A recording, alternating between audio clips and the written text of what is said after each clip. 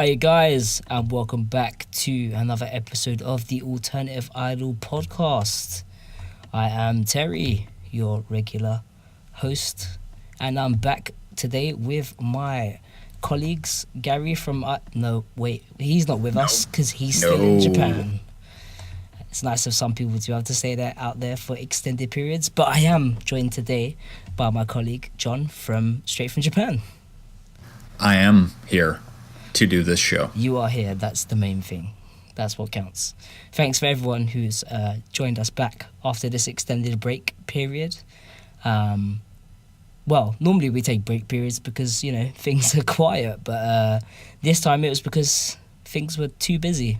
Not really busy in Idol, but as in busy that, you know, I was in Japan. John's, you know, doing the news as usual and all the other stuff. Yeah, it was pretty crazy. But, yeah. We're back now and we have a show lined up for you. I can actually see the chat today. Last week I couldn't see the chat, so it was a bit crazy. Well, I'll say last week. How long ago was that? 3 weeks now?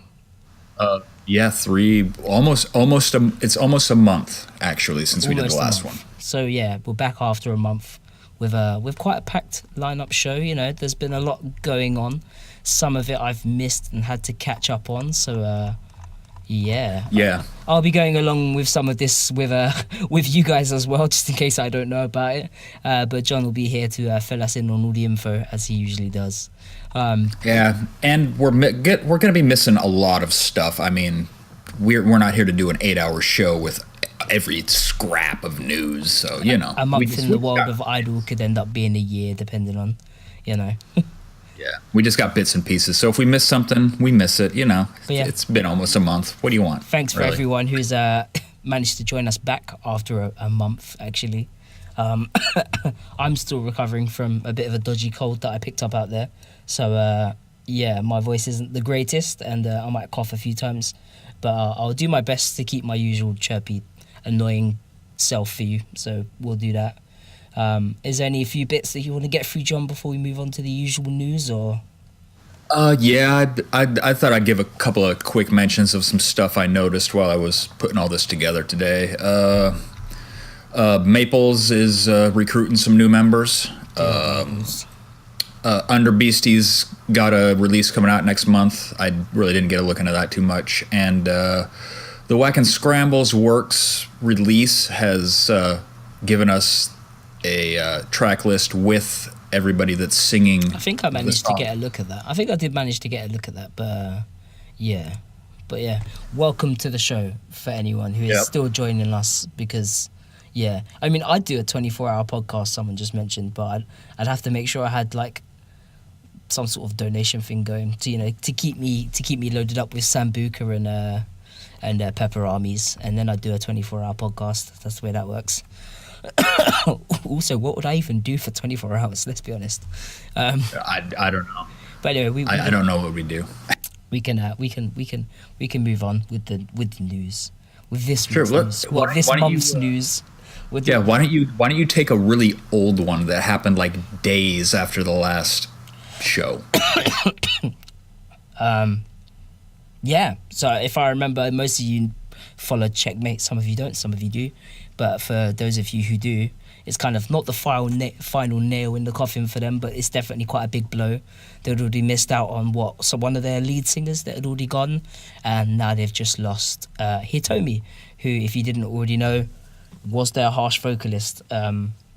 Checkmate were quite a funny one, actually, for harsh vocals, because they had some songs that just utilised none. And then they obviously had some really crazy songs, right? Like Monsters or whatever it was called, which had Hitomi basically shouting down the house, which is pretty crazy. Yeah, it seems like Checkmate are still going strong for their lives, but she basically announced her departure on October 26th. So that's how long ago that was. She basically left due to physical condition on doctor's orders as well. So I'm quite worried to see what that was. Seen a lot of idols with like spine injuries and leg fractures and all sorts of stuff, but I'm not quite sure. It didn't say it was a throat injury, so let's hope that her voice is okay, because it sounds like she knows what she's doing. The two, well, I would say original is Saya an original member? Or not? I don't think she is, right? She added Is she in later, what? right? Seiya, was she an original member or did she come in later? Yeah, on? she was. Yeah, there was 5 originally. All right. That what's her name? Started with an E. I can't remember. She left a long time ago. I see. So at the moment it's just Saya or Seiya, however you want to say her name. Saya Yeah. and Ayumi. Yep, will continue. just a duo. So they're still performing, and there's no new word on whether or not they're auditioning yet. Unlike most groups, you know, when they lose a member, they immediately be like, "Oh, we are auditioning." So I don't know whether I should be worried or not worried that they are or aren't auditioning, but maybe if Hitomi comes back, she can fill that spot in Surizuri. That's the legacy. That's the goal. That's the prophecy. I want Hitomi to join Surizuri because her voice would be amazing for it. But it's not going to happen. And I'm gonna. Well, she is pasty enough, though. Yeah. To be fair, it's a good point. She'd fit right in there.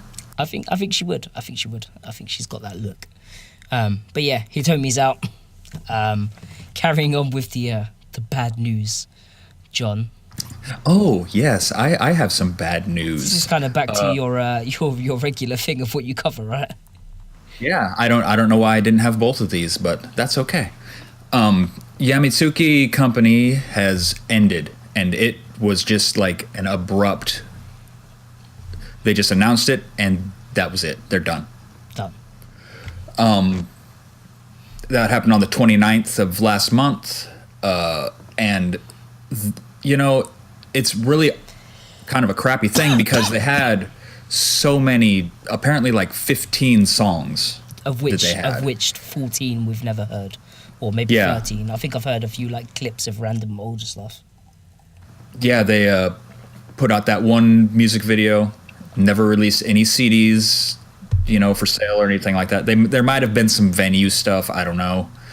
But apparently they're all going to concentrate on their real jobs, which I believe they all work at Maid Cafe.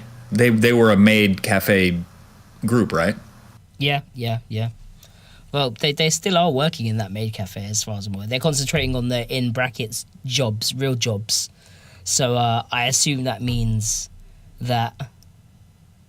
They got to pay the bills. Yeah. I assume that means they have got to pay the bills. You know, they've got to work for stuff. So quite clearly, the idling wasn't quite paying the bills, even with those, what was it, 10k yen tickets or whatever it was, special ones they were doing. Oh yeah, those 10K pre-show meetings. Or was it like Investor or whatever, or something? They gave it Yeah. some weird name, but I remember that being quite cool. But yeah, they gone now. Yep. Viz with that. They're done. Viz with the info Unfortunately. on the cafe in Nagoya. Nope. See, there you go. Viz, why don't you come on the show sometime? We Serious. Well, we was gonna have a special guest this week, but he couldn't make it either. And we're not talking about Maniac because he can never make it, bless him. But we was gonna have someone else. Oh, no, it's not the time. Let's swap over to podcast. We almost had a special guest just then. Which, do you know what? I should have just been like, all right, yeah, whatever. You're on the show now, Jake. But maybe next time we'll do that. But that was funny. But that's pretty. I completely lost train of thought after that. Said, damn Discord, just giving out on us as well just before the podcast. But luckily, it's managed to.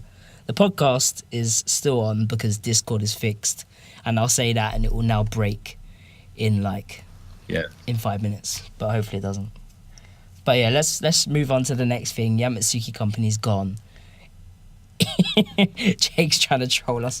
That's what you get for staying in the main voice chat. Yeah, apologies. I should have known to have moved. We can move on to the next thing. So on from something that was quite sad to something that was quite exciting, and I actually didn't take advantage of like an idiot. But I did see something else instead. So Hanako basically has a new song called Akatsuki. Or Akatsuki, depending on how you want to say it, whatever. And she made a little MV thing on her YouTube and all that sort of stuff. And she's basically releasing CDRs of it,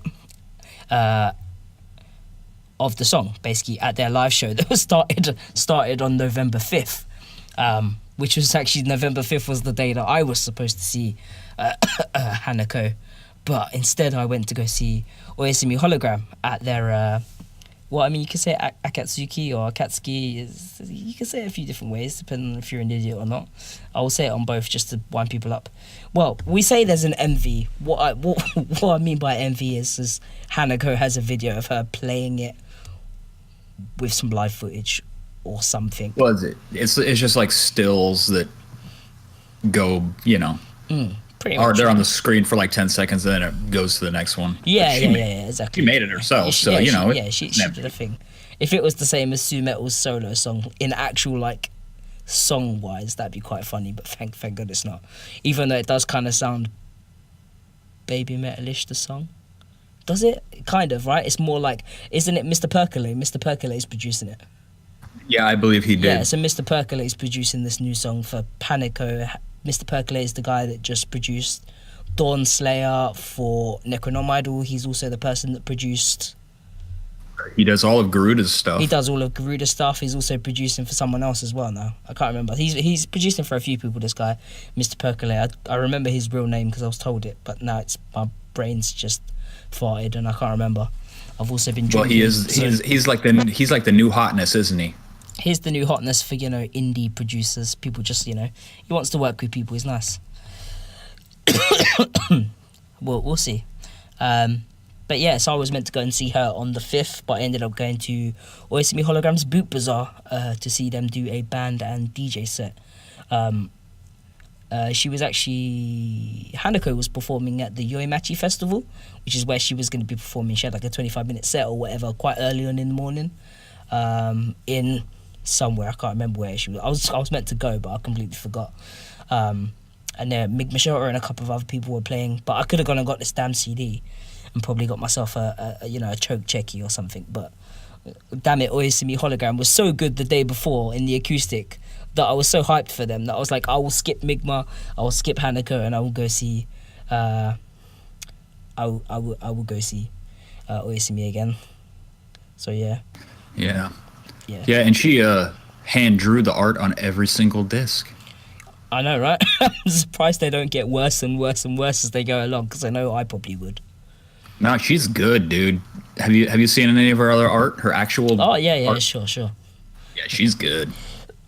She's good, but can she be asked to draw on that many CDRs? Actually, it depends on how many CDRs she's expecting to give out. Let's be honest, it's probably not that many. It's probably like 20 or 30.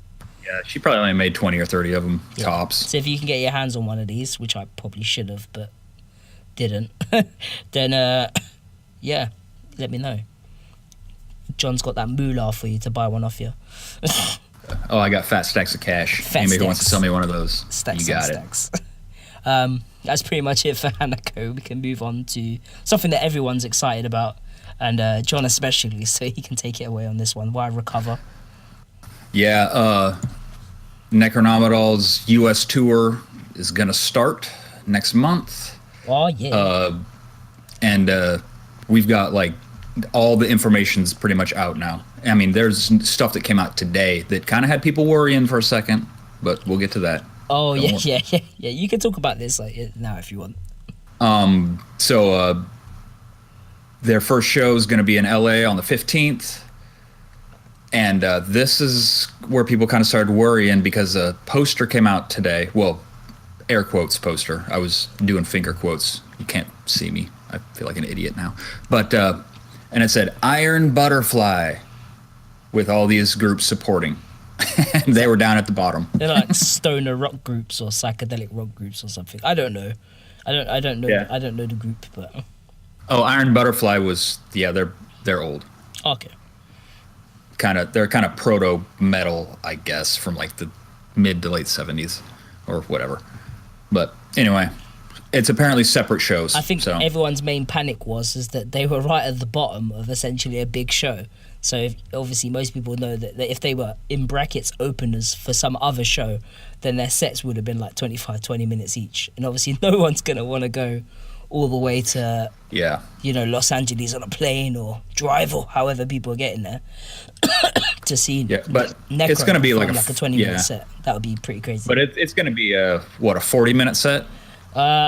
From what Derek is saying, the organizer of the US tour, he's saying they have a 2-hour window where both bands are playing, but they'll probably play a 40-minute set each, or however they decide to arrange it. So that'd be pretty good. So Zero Shiki will be doing a 40-minute set probably of their stuff, and then they'll be doing the live backing for Necroma. Yeah. And that's at the Whiskey. Oh yeah. And their capacity is 500, which is pretty good. Everyone was like super hyped about the Whiskey. Obviously, I'm from the UK, so I don't know like the history behind some of these venues, right? So obviously, if I hear like a UK venue that I know has a lot of history behind it, I'm like, oh wow, that's really awesome that they're playing there, because is that the same sort of thing with the Whiskey, right? Or is... Oh yeah, that's like where back in the 80s, all the metal bands that are still like really big now. Okay. That's like where they all played. It's one of the clubs on the Sunset Strip where that's just the place you go. So if you're going to play in LA, that's where you play? That's where you want to play. That's where you want to play. Okay, it makes sense. And that's also the same date where they have the VIP after show, which is basically a whole nother gig, right? Yep, there's a whole nother gig afterwards, which is it's being called the Ultra VIP show, and that one's gonna cost you a little bit. The tickets are $100.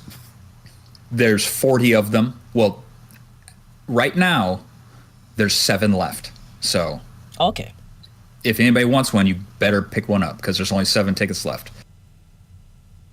Damn. But you get a bunch of crap with that. You get a shirt. You get like a little, lanyard tag thing, a poster. You get to take pictures with them. There's a meet and greet with translators. There's poster signings. They'll sign a personal item. Yep, they'll sign a piece of merchandise. I would suggest someone gets, a CD or a vinyl or something worth it signed. Mm-hmm. If you happen to have one of those limited edition silk screens of their European tour, you could get that signed. Oh yeah, that's not bad. I might be doing that. Maybe. And apparently there's a mystery event that we don't know what it is yet. You're gonna be playing like rock paper. Oh wait, no, we're going to rock paper scissors. There's a Jenkin. Yeah, there's a Jenkin tournament, which is pretty much rock paper scissors. Yeah, but I want to know. I want to know what you win, though. That's the thing. Normally with Japanese tournaments like that, whoever wins gets something, which will be quite interesting. We'll see. Yeah. Well, it'll be fun either way, even if there is no actual prize. Yeah, of course. It's just a shame there's no Hina. Hina won't be there, sadly. But yeah. So that's the LA VIP, and then on the 17th they're playing Portland, Oregon, at the Analog. That's a 315 capacity. Zero Shiki is playing backing for them as well. So still pretty big venue then. Well, I say that, but like. Well, that's the smallest venue they're playing. Yeah, but that's what America considers can fit 300, and then you go to a Japanese venue that says it fits 300 people, and you'd be like, that's 100 people in Britain. Otherwise, that's like a fire hazard. But they're like, oh, that's a 300 people venue, and you're just like, okay, cool. I guess we're fitting 300 people in this small room then. Cool. Yep, and so the Portland one's got a VIP package as well. Okay. There's actually 2 of them. There's a $75 one with a meet and greet and a T-shirt. And an $85 one, which gets you early entrance to the venue, a shirt, a little tour lanyard thing, I suppose, a poster, meet and greet, this kind of stuff. So, and then on the 20th, they're playing Seattle, which I will be. Well, I'm going to be at the LA. I'm going to be at the Portland. Yeah. I'm going to be at the Seattle. So, and I think Maniac is going to be at the Seattle. Yes. From what he said, yeah, he's going to be at Seattle. Yeah, that one's on the 20th, and this is the biggest venue they're playing. This is a 750 capacity. It's a place called Studio 7. That's pretty big. Yep, Zero Shiki's backing for them, and they've got the same VIPs as Portland, except it's 65 and 75 instead of 75 and 85. So, T-shirts and this and that and this and that.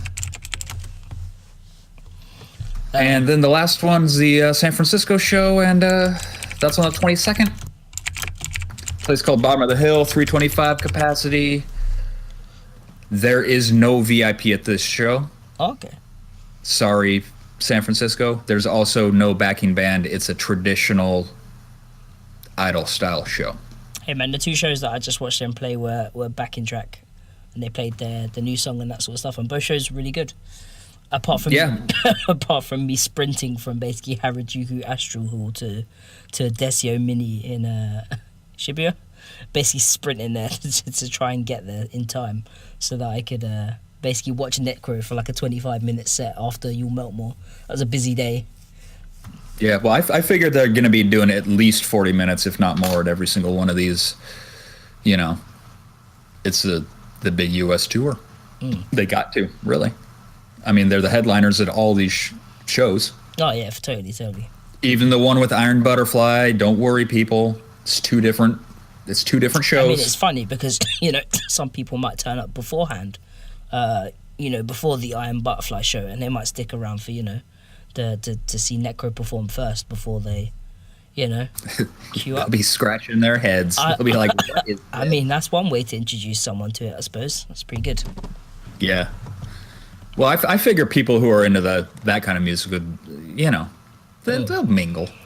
It's, yeah, And it'll be good. Everyone will get to see Ricky and chill with him. He's cool. Yeah.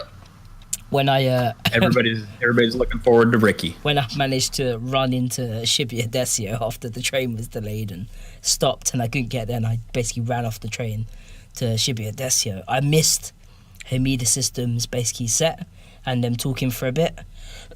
But I basically come through the door, buy my drink tokens, run to get to the stairs to head up towards the venue, and Ricky's basically standing on the stairs, turns around and looks at me and just goes, what the hell are you doing here?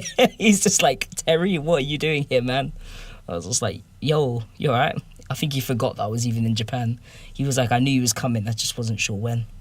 I was like, yeah, I'm here today and tomorrow and whenever else you're playing while I'm here. It was quite funny. And then, you know, Ricky's a busy man, so quick trip up the stairs and let Ricky crack on with setting up for the girls, really. But it was just funny. I appeared and his face was just like, I never expected to just randomly see this small white guy like sprinting through Shibuya and then like up a pair of stairs to go see Necro play. It was quite funny. Man. So there's all your Necro news. Come see them. I mean, you've missed out one big bit of Necro news. Which big bit? It's a big bit for later. The Patreon, bro. Oh. We didn't even mention the Patreon. We didn't. We didn't even put it down on the docket. Oh, okay, I thought this was all part of it. Sorry, my bad. No. I feel like a complete and utter fool now. An absolute fool. So, in case you guys didn't know, Necronom Idol have a Patreon. Their Patreon obviously being something where you sponsor them for a certain amount a month to help them do what they do. But the way they have been smart with it is they have used the Patreon as the storefront / front face for their entire foreign fan club. So basically you go there, you sponsor them for the £3 a month or whatever, or £3, or what is it, $3, $6, $9, or am I crazy? 369. Yeah, I think that's it. 369. Yeah. You'd have to go check it out on the website and see exactly what you get for what amount of money. But yeah, needless to say, most of us have all sponsored them for like £9. But yeah. Yeah. So far they're doing like weekly member posts that are translated. Ricky's got an AMA at the moment and Ask Me Anything that people have just done questions for. He's recording the video for that. They're also doing like exclusive, you know, hello videos and them talking and whatever that are translated, or them trying to speak English. There's all sorts of bits and bobs on there, so it's definitely worth. Don't forget that fan club only loot that you get off the Bandcamp. So for the Japanese fans, you could get the signed membership card or greeting membership induction card signed by all the girls, and then you had a membership card, the armband, and a pin, and a pin as well. But now you can get it for us as well. As you guys can tell, I came back with a dirty cold from Japan, and unfortunately I still haven't defeated it. Somebody didn't wear a mask. Shame. Pretty much. I must have been suicidal to not do it, but it happens. No, so it's not just you send them a few quicks. So basically, the entirety of the fan club, you're not paying for t-shirts or anything like that. This isn't Baby Metal. This isn't the one fan club. This isn't you buy a bit of merch and then they're basically asking you to buy more shit. The idea is that it is actually a direct link to them as a foreign fan. So all of the stuff that the Japanese fans get, which is, you know, the daily thing, updates from girls, the paragraphs that they write, the Ask Me Anythings, the personal videos, all that sort of stuff is basically pre-translated by Ricky and uploaded onto the Patreon as a Patreon member. Depending on your Patreon pay, depends on which videos and that sort of stuff you can see, whether or not you can whether or not, you know, you can be the person who's asking the questions in the AMA. Will you be the person who gets a personalized video from the girls? Will you get, you know, a subtitled thing or whatever? There's different pay grades, but for the most part, it seems like do you know what? I'll just open the Patreon. Let's just open the Patreon because that's going to be the smartest way to do it, because I'd rather get this out there to people as clearly as possible and not fuck this up, because one, Ricky's probably listening and he's like, Terry, don't you fuck this up, son. and we're like, too late, Ricky. I have a cold and I already fucked it up, but I'll try again for you. So there's 3 different stages, right? The first stage is called Acolyte. For $3 a month, it gets you entrance into the Hermetic Order of the Black Dawn. I know, cool name, right? As well as the following rewards. You get access to the exclusive Ankoku Kyoden only merch, which basically means you can get the Japanese fan club merch pack with all the signed stuff if you want it. You don't have to get it. It just means that you can buy that if you wish. You don't have to. What's the going rate on that right now? It's 3,000 yen? 3,000, it's like £20, 20-something pound. And you have back basically for free, and this is only for the $3 one, you can get access to all the English translated mail postings from the Necronom Idol members, along with exclusive photos. Approximately 1 post per week per member or whatever. Then the next level on that is called Adept, which is $6 a month. Or more, of course. You can pay more, but then still be a certain level. It's odd. You can kind of choose to give what you want to give, to be honest with you. As long as you go over a certain amount, though, you can hit that reward level. For the $6 a month, you can get access to the merch, like we said on the last one. You get the mail postings from the last one, and you also have exclusive access to exclusive full-length live show footage. So this will be specific show footage, like from I think it's either before the live, after the live, and during the live. And this will be about 1 show per month. But this is like specifically recorded by Ricky and the team or whatever. So it'll be a bit different than, you know, the random guy in the crowd or whatever with a camera. From the way it was described to me anyway. So that's your $6 a month one. And then for $9 a month you have Magus. How would you say that? I don't know. But for... I'd say Magus, maybe. I don't know. I would assume it's black. I don't know. But for $9 a month, you get the invitation into the inner circle of the Hermetic Order of the Black Dawn. You get access to the exclusive merch. You get access to the English translated mail postings, like the other one. You also get exclusive access to the full-length live show footage, approximately 1 show per month. And you also get exclusive to the English translated Q&A videos with the Necronom Idol members, as well as the ability to send questions to be answered during those sessions, approximately 1 video every 4 to 6 weeks or something like that, yeah. Essentially, that's it for now. But Ricky's super up for ideas. He's been asking a lot as what to do with this. So one of the main reasons that he said to us basically is that he got some ideas basically from, I don't know if you guys remember, but it was a podcast a while ago and we were talking about the Surizuri fan club. I don't know if anyone remembers. You guys probably might remember, but we was kind of, you know, discussing what the Surizuri fan club could do better, what you get for your money and all that sort of stuff. So we was discussing that, and obviously a lot of us put forward ideas of what we'd want to see from a foreign fan club. No one remembers that fan club now, I think you're right. But yeah, obviously Ricky was listening at the time, and I think he took on board some people's feedback for how not to do it, and probably how to do it. So it seems like, you know, he's put a good foot forward. the Patreon platform's a really good way of doing it. You know, you're able to share stuff from the Patreon. There's also a community section. You can go and post your own stuff. At the moment, it's just me posting random Hina pictures. But, you know, if one of you lot, one of the rest of you could, you know, make it a bit more interesting, that'd be brilliant. And currently, as it stands, yeah, they're kind of going from there. And I think Ricky's taking on board people's feedback and trying to make sure that, you know, people get their money's worth and Necronomidal and us will get a good experience out of it. So at the moment, they currently have 78 patrons or 78 supporters, and that's currently netting them about $574 a month. But that could go up or down because that doesn't include bonus money, I think, that people pledge or whatever.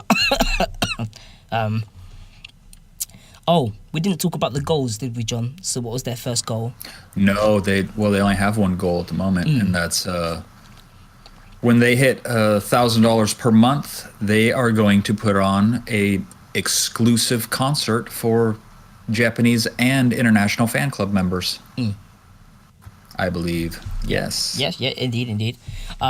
So when they reach the 1,000, and they'll be creating a special Hermetic Order of the Black Dawn T-shirt to commemorate the show. So yes, there you go. That's cool. I mean, people are pledging money. You know, it's $574 at the moment, and I mean, people think, oh yeah, it's a crazy sum of money, but in real world times, it's not. People spend more than that on coffee. To be honest, they probably make more amount of money in a single bupan than they probably do from the Patreon in a month. So like, it's not like we're like completely funding them. This is just extra money that will help them do extra stuff. At the end of the day, the only way, and I've said this a million times, the only way people will be interested and reach out to foreign fans is if they feel that the market is there and they are able to capitalize on the market to make sure that they make money. Quite clearly, Necronomidal are doing very well with this because the Bandcamp's obviously doing fantastically well, I assume, John, right? Oh, yeah. I mean, when stuff hits that Bandcamp, if it's like limited, it's like gone. Yeah. Like that day. So obviously you have that. You have the fact that, you know, people can get in contact with the Necronomidal members on Twitter. You know, Ricky speaks English. People, you can get in contact. We've done interviews with him. Like, Necronomidal just have a very good segue into the foreign market, and they quite clearly have already made moves to make sure that they can capitalize on it. They've had the European tour. They're now going to be doing the US tour. Do you know what I mean? The foreign fan club is in. Like, it's all stations and all engines a go, really, for Necronomidal, really, and I don't really see anything stopping them. So 2018 is going to be a good year for them, and we'll have to wait for that single to come out in, when is it? End of December? December. Yeah, Gary and I were thinking maybe that we heard somewhere the 27th, but I couldn't find any proof of that. I am assuming that Strange Eons will be ready for release. I hope, and if Ricky is as smart a man as I believe him to be, that they'll have them to sell at the US tour. It would be crazy to think that they wouldn't have them to sell at the US tour. Yeah, it would be. Anyway, enough Necronomidal talk. I'm gushing as usual. We can move on to something else. And it's me. Well, you are the next. God, my throat. Let's work them vocal cords. Oh, I'm so sorry, John. Where are we? So yeah, onto the sad thing. Onto the sad thing. Onto the next thing, which is Lady Baby, or Tifka Lady Baby, or the idol formerly known as Lady Baby, now the solo idol formerly known as Lady Baby, or whatever. John, I like your thing there. Just says user article. That's really helpful. Thanks. So have you not read any of this? You want me to do this? No. I'll be fine. Don't worry about me. So I don't really think any of us saw this coming. In brackets, I kind of did see this coming, but Ray basically announced her withdrawal from the idol formerly known as Lady Baby. There's probably quite a few people who feel this way or that way about it. Yeah, but anyway, here's the facts for you people who want to know. Anyway, management of the Lady Baby project released a statement. In very rough terms, it basically said that Ray has basically been on hiatus with throat troubles. We previously mentioned this in another podcast. And her statement from her management and the Lady Baby management said that they were considering stopping the nationwide tour. They did, of course, and that was due to her throat issues. Management decided they were going to keep the tour going after repeated talks and all that sort of stuff for a condition to improve. Well, they say that it was probably just, that she was having second thoughts or whatever. In the end, they accepted her withdrawal. So basically, in the end, she was like, they were obviously trying to get her to continue with this tour. And she was just like, look, now is a better time more than any to bail out gracefully or whatever with a good reason and fix my vocal cords and concentrate on the thing that I actually want to do, which is brats, I assume. Information on ticket refunds and stuff like that. It said it's apparently going to be announced at a website at a later date. So for anyone who was visiting Japan and had tickets for any of the Lady Baby shows, you might be able to get your money back, apparently, but I don't know. Ray herself basically released a statement that said roughly this. Standard-wise, she regrets to announce that the nationwide tour is cancelled and the throat condition that she was suffering from had gotten worse. She said it was a tough decision to make, but that she didn't want to affect her voice anymore, which is perfectly understandable, you know what I mean? A lot of idols kind of get throat surgery and then they come back too soon or they push themselves too hard. I'm sure a lot of you know, but if you don't know, that like Ray's super young, like she still is very young. Like we've been following her for a long time. And it's only now that, was she like 16, 17? Is she even 17 yet? That's my question. Yeah, I don't even know if she's 17 That's yet. what I'm saying. We've been following her since she was like 14. And she's had this voice since like whatever age. And people, think of her as if she's much older than she is. And yeah, it's just crazy. Like, you know what I mean? Like she has a lot going for her age. And obviously she's at that age where things can be a bit difficult. Emotions are all over the gaff. No, she's nowhere near 18. Nowhere near 18 yet. I think Rie is like 19 or something like that. So she's older, but she's much older than Ray anyway. So, but anyway, she goes on to say that she decided to withdraw from the group and states something basically that there was a difference in direction. So I don't know whether that's the direction in the way that Lady Baby was going in general, but she basically felt that she's not really suitable for idol performance anymore, and she wanted some more freedom. Obviously, Rie is who everyone's worried about now, because obviously those two are like inseparable. So she's basically said that she's pretty much at a crossroads and doesn't know which way to go. She said she'll need some more time to think about, her future and Lady Baby and all that sort of stuff. At the moment, we don't really know whether or not she wants to continue Lady Baby or does she want to continue with solo or should she quit as well? I'm guessing we'll find that out later on. No idea. Personally, I feel like if Ray's gone, Rie kind of carrying on with Lady Baby's kind of pointless. Not that she can't hold it up herself. I just think that the project's already been dragged through the mud like numerous times, and it just doesn't need that. Like stop. Like you're beating a dead horse at this point. Like let Ray go do Brats. Let Rie go do whatever. Let her go. Yeah, let her go do a solo thing. Let her go do modeling. Let her go do something. Like just she doesn't need to be in Lady Baby. Like they're both better than what Lady Baby gave them. We saw little glimpses of brilliance and sparkles and rainbows every now and again, but it was still just hindered by like the shadow of Beard, like, and what people expected from them as a group, with the scream vocals and the male vocals still looming in the backgrounds of the songs and that sort of stuff. Like they deserved better and they didn't get it from their writers nor their management.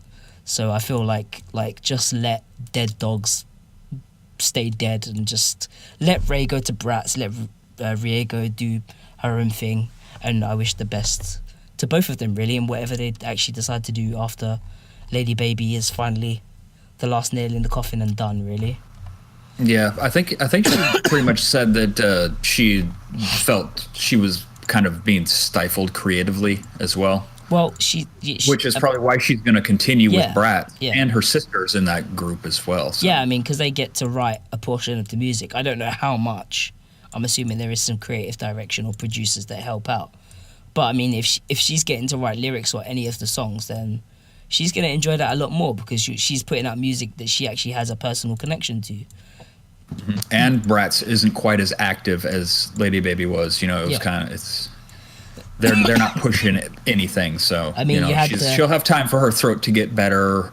Yeah. You know, see how much she can do. Yeah, the kind of glimmer of light was the Amore Seiko song, you know, the Lady Baby Blues song, right? And that kind of felt really personal to them, and it seemed like, you know, if that was the way they were going to go with their music from then on, that brilliant. And I like that song. It is, a lot of people like that song. And then you had Pinky Pinky come out and Me, and blah, blah, blah, and all that sort of stuff, and it was just like, what happened? Why is this back? Why is background Mr. Shouty Man back? I don't understand why that was bad. I don't know. Who knows? Yeah, they'll just both have to find their own direction where they're gonna go. I'm sure it's not the last we've heard of either of them. Yeah, pretty much. People are gonna follow Ray in Bratz 100%.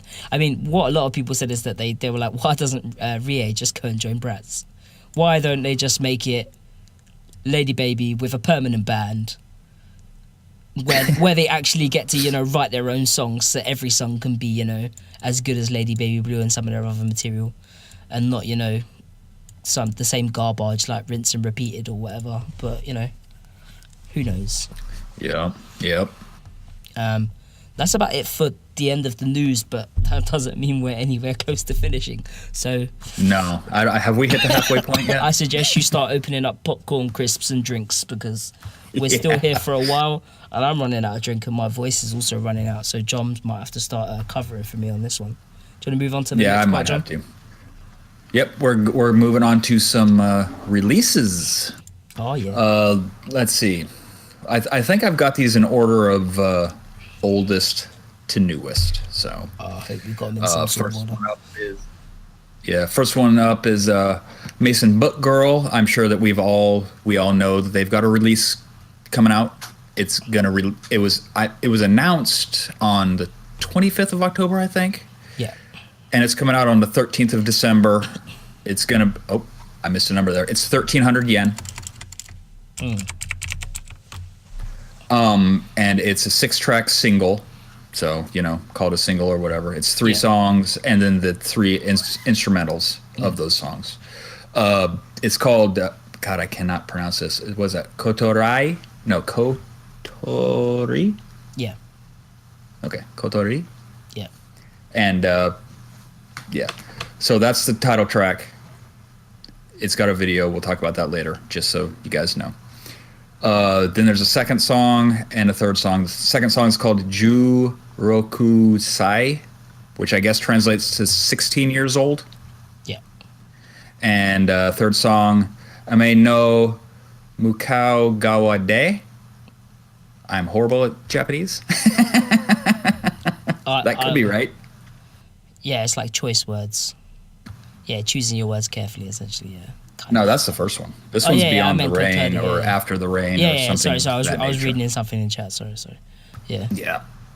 So, it's 3 songs. I'm going to buy it.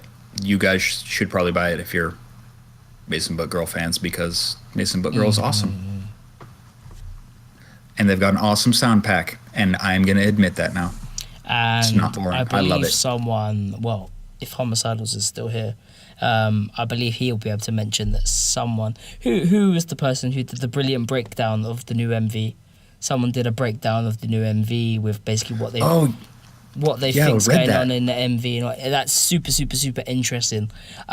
So if you wanna go and watch the new MV, and then head over to homicidals.com, that plug right there, and then go and check out his post, which then leads to the post about the MV.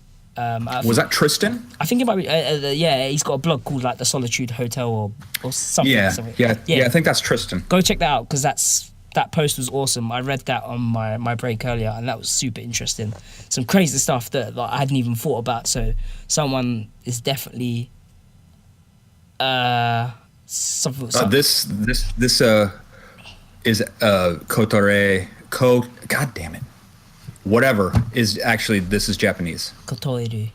Yeah, Kotoeru. everybody was thinking it was French, but it's actually Japanese, Yeah. I believe. Yeah. Well, I mean, if you put it into Google Sensei gives you an actual thing. So yeah, it makes sense. But I don't know. Maybe it is French. What the hell do I know? I know German. Well, if that's right. But yeah, go check out the guys' kind of more explanation of the MV to quite see quite how deep and quite how much it ties in with their other videos. Like, it seems like the last 3 or 4 videos have all been Starting with Sin Morning. something like that, all carrying a similar theme of something and certain things all carrying over into other videos. It's pretty crazy, actually. And they got some these new outfits. And they got new outfits. I'm liking these so much better than those other. I don't have a picture. Well, no, the black ones were good. I'm thinking of the earlier ones, but sometimes their outfits are a little odd and look like. How do you move in that? I mean, are the new ones? They're like grey. Yeah. Yeah. So I normally prefer them if they're not completely black, because then color and stuff can reflect off them better. So, you love that RGB. If RGB outfits, whatever the stage lighting does, it comes on. That's pretty cool. You want me to just carry on with the next one? Yes, if you could. I'll just All right. try. Next release is actually a triple release. Alloy's got 2 singles and a DVD coming out on the 15th of November. Well, so I guess it came out 3 days ago. Haha. No.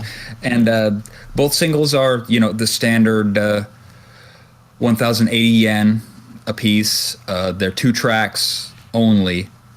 So it'll have the title track and a B-side. First one's called Pinball. So Pinball's the A-side. It's got a B-side called Flower Dance. Second one is Astronaut, is the A-side, and then it has a B-side, and that was spelled correctly, by the way. No, it's fine. It generates a D in Google, but it's to tell you that you're doing the different version of Sue. It's fine. There's not an actual. It's what's this? Hazuki. Yeah. And that's track B-side. Yeah. B track. Yeah. And then they're also releasing a DVD of their first one-man.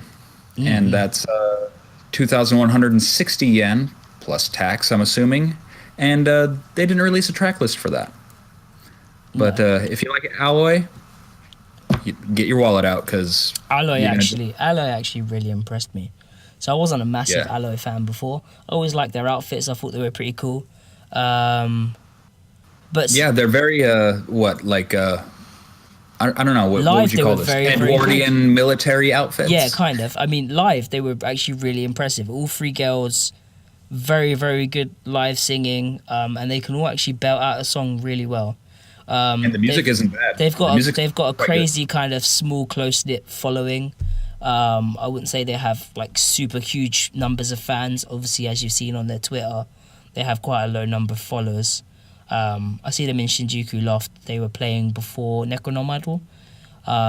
So they basically had all of their fans up front. You had quite a few, girls, a couple of guys, doing some two-stepping and some dancing along to, the songs and that sort of stuff. It was really cool. I ended up being like the barrier for them and pretty much having a whale of a time, because live they actually was really good performing. So colour me impressed, Alloy. I'll have to check out your new singles, because live you was fantastic. I'll give you that. And I'll move on to the next. If you want to fire that slide up. So. Oh yeah. Jesus. If you could get that up there before you die. Yeah, pretty much, right?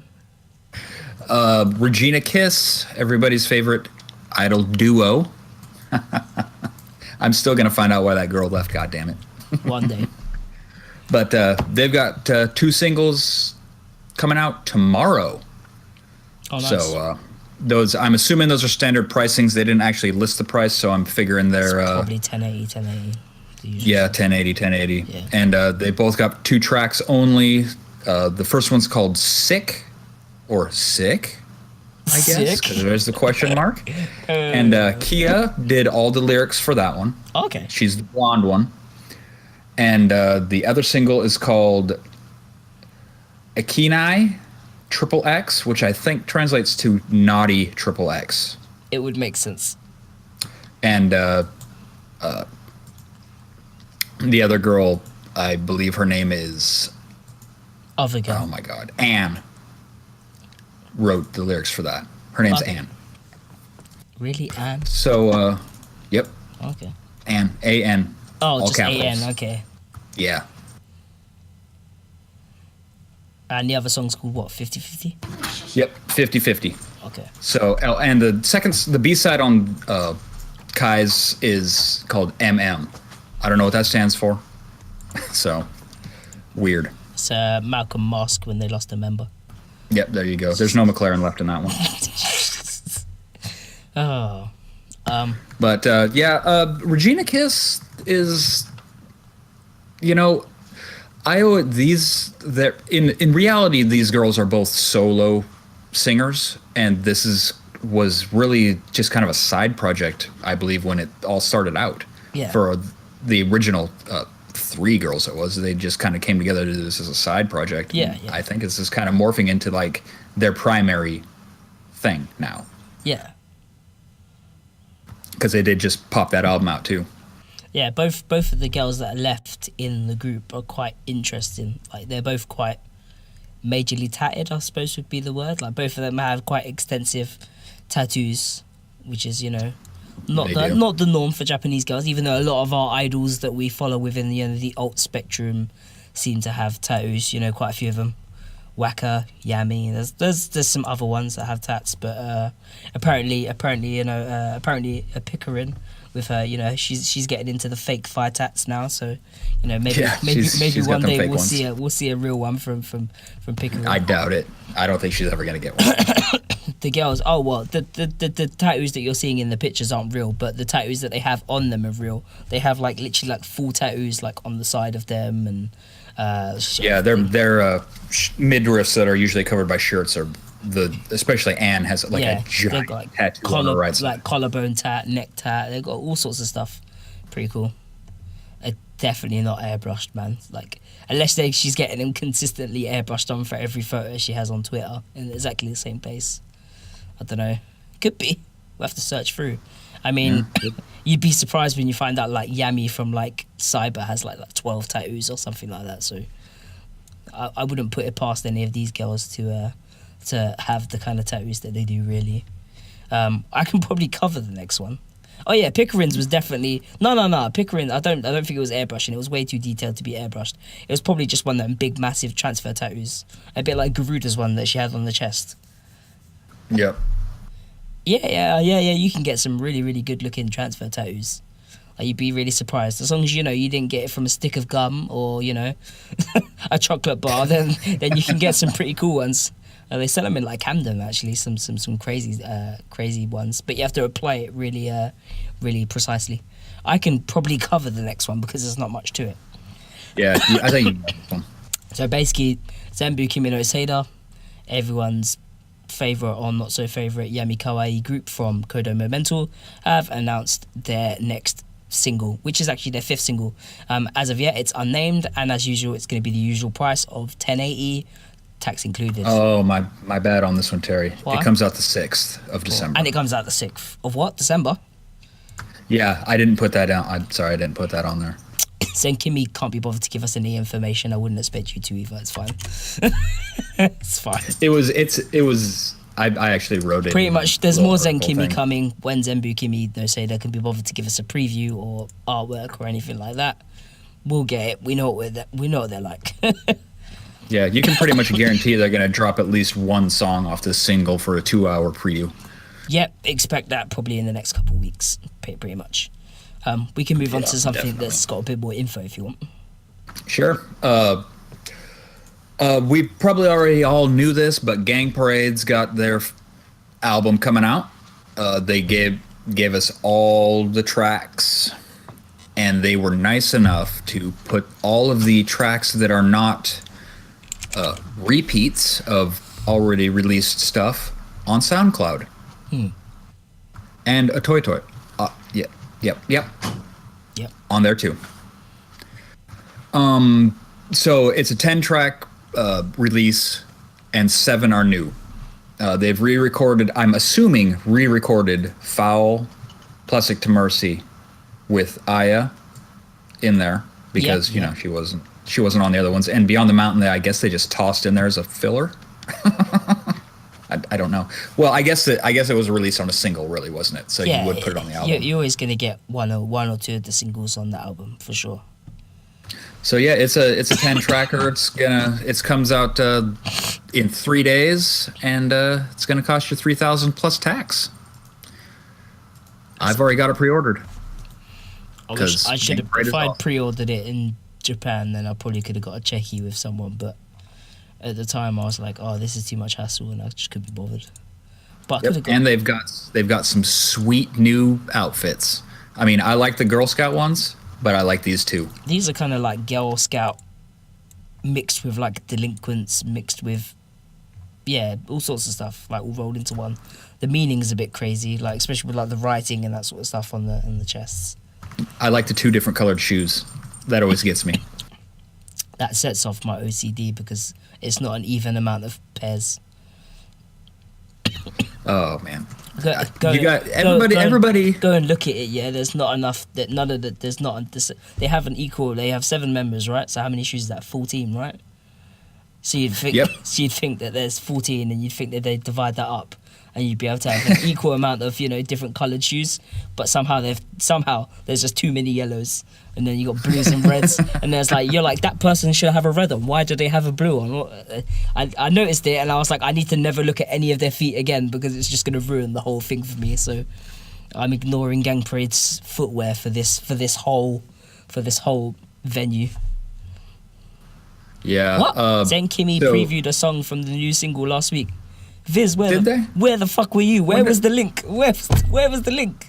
Did I miss this? Wait. Oh no, they did. They fucking did. I heard it. Yes, I still got the link on my phone. I'm lying. I've got the link on my phone. I think. There we go. Yes. They see. Viz is reminding me now. Do you know what? Maybe the song's not that good because I forgot. I think it sounded like a Zen Kimi song. I think you might be right. Yeah.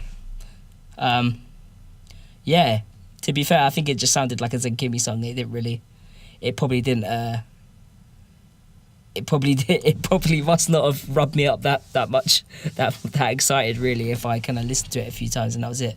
Viz, if you still got the link, bruh, you know who to hit up because I need to listen to that again now because you've got me confused. It was either really good and I only managed to listen to it once and I missed the deadline, or I didn't like it. That's normally the only reason why I would forget it. Yeah, hit us up. Yeah. But we're not talking about them right now. That's a good point. We're talking about Gang Parade. We're talking about Gang Parade, and everybody needs to jump on this hype train because Gang Parade is awesome. Thank you, Gary, who's not listening right now and probably won't listen to his own podcast, but that's fine. You might do. What's the time in Japan? He might. Nah, it'll probably be like 5 or 6 in the morning. He's not going to be up. Yeah. But yeah, Gang Parade's awesome. I love Gang Parade. And you should all love them too. I mean, I should do. I've seen them like 3 times now since I've been over there. I swear to God, Gang Parade play at everything. Everywhere you go, Gang Parade will be there. You're like, hey, I'm going to that show. Oh, wait, Gang Parade's playing there as well. Oh, I'm going to go see Necro tomorrow. Oh, wait, Gang Parade's playing as well.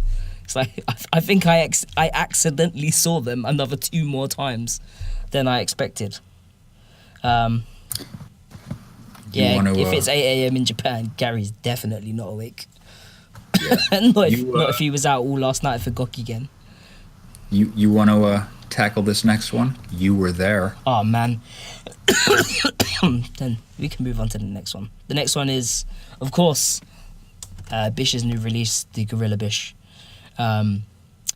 They guerrilla released it on November 4th while I was super busy, living the life in Japan. I was at Oyasumi Hologram's acoustic set. Just when people kind of started tipping people off that something was going on, and we was in the middle of that or whatever, and someone was posting, you know, stuff about this CD, and so basically the Oyasumi Hologram's producer broke a guitar string, so he had to run off and go and grab, you know, some guitar strings to fix a guitar string, and I started getting tweets and stuff like that coming in about this Gorilla BiSH launch. So I was kind of looking at it, and I was like, what is this BiSH thing? Because it's only been a few days ago that I met BiSH. So I got to Japan, and I went and bought the Blu-ray, and I managed to meet BiSH.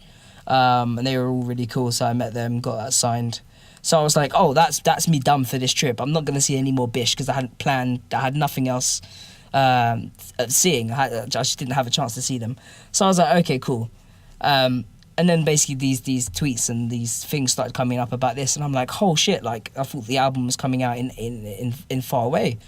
And all of a sudden it's like, boom, it's been Gorilla released or whatever, and you know, this plain see-through CD and all that sort of stuff. So we're in the middle of this acoustic live. We're not obviously not gonna, you know, leave this acoustic live. Oyasumi Hologram acoustic, if you haven't heard them, are amazing. So there was no way in hell we was leaving to run across town to go and pick up this BiSH CD. I was already more than content to wait for the actual album, because I didn't think this was the, you know, the official release. I just guessed this was some crazy thing that Watanabe, you know, decided to pull off as a laugh. And I also wasn't even sure if the album would be on there, or if I'd play it and it would just be a sound of Watanabe blowing his nose and laughing at people for running to go pick this up. So we had our doubts and we ignored it, and we see Oyasumi Hologram. And then after that, then of course we had Yukue Shirizu Zerezere's birthday set that day for Suyame from the group, and that was at Shinjuku Jam. So obviously literally after the Oyasumi Hologram thing, we basically managed to eat, get back, get changed, and head off to Shinjuku for Surezure. Short story done.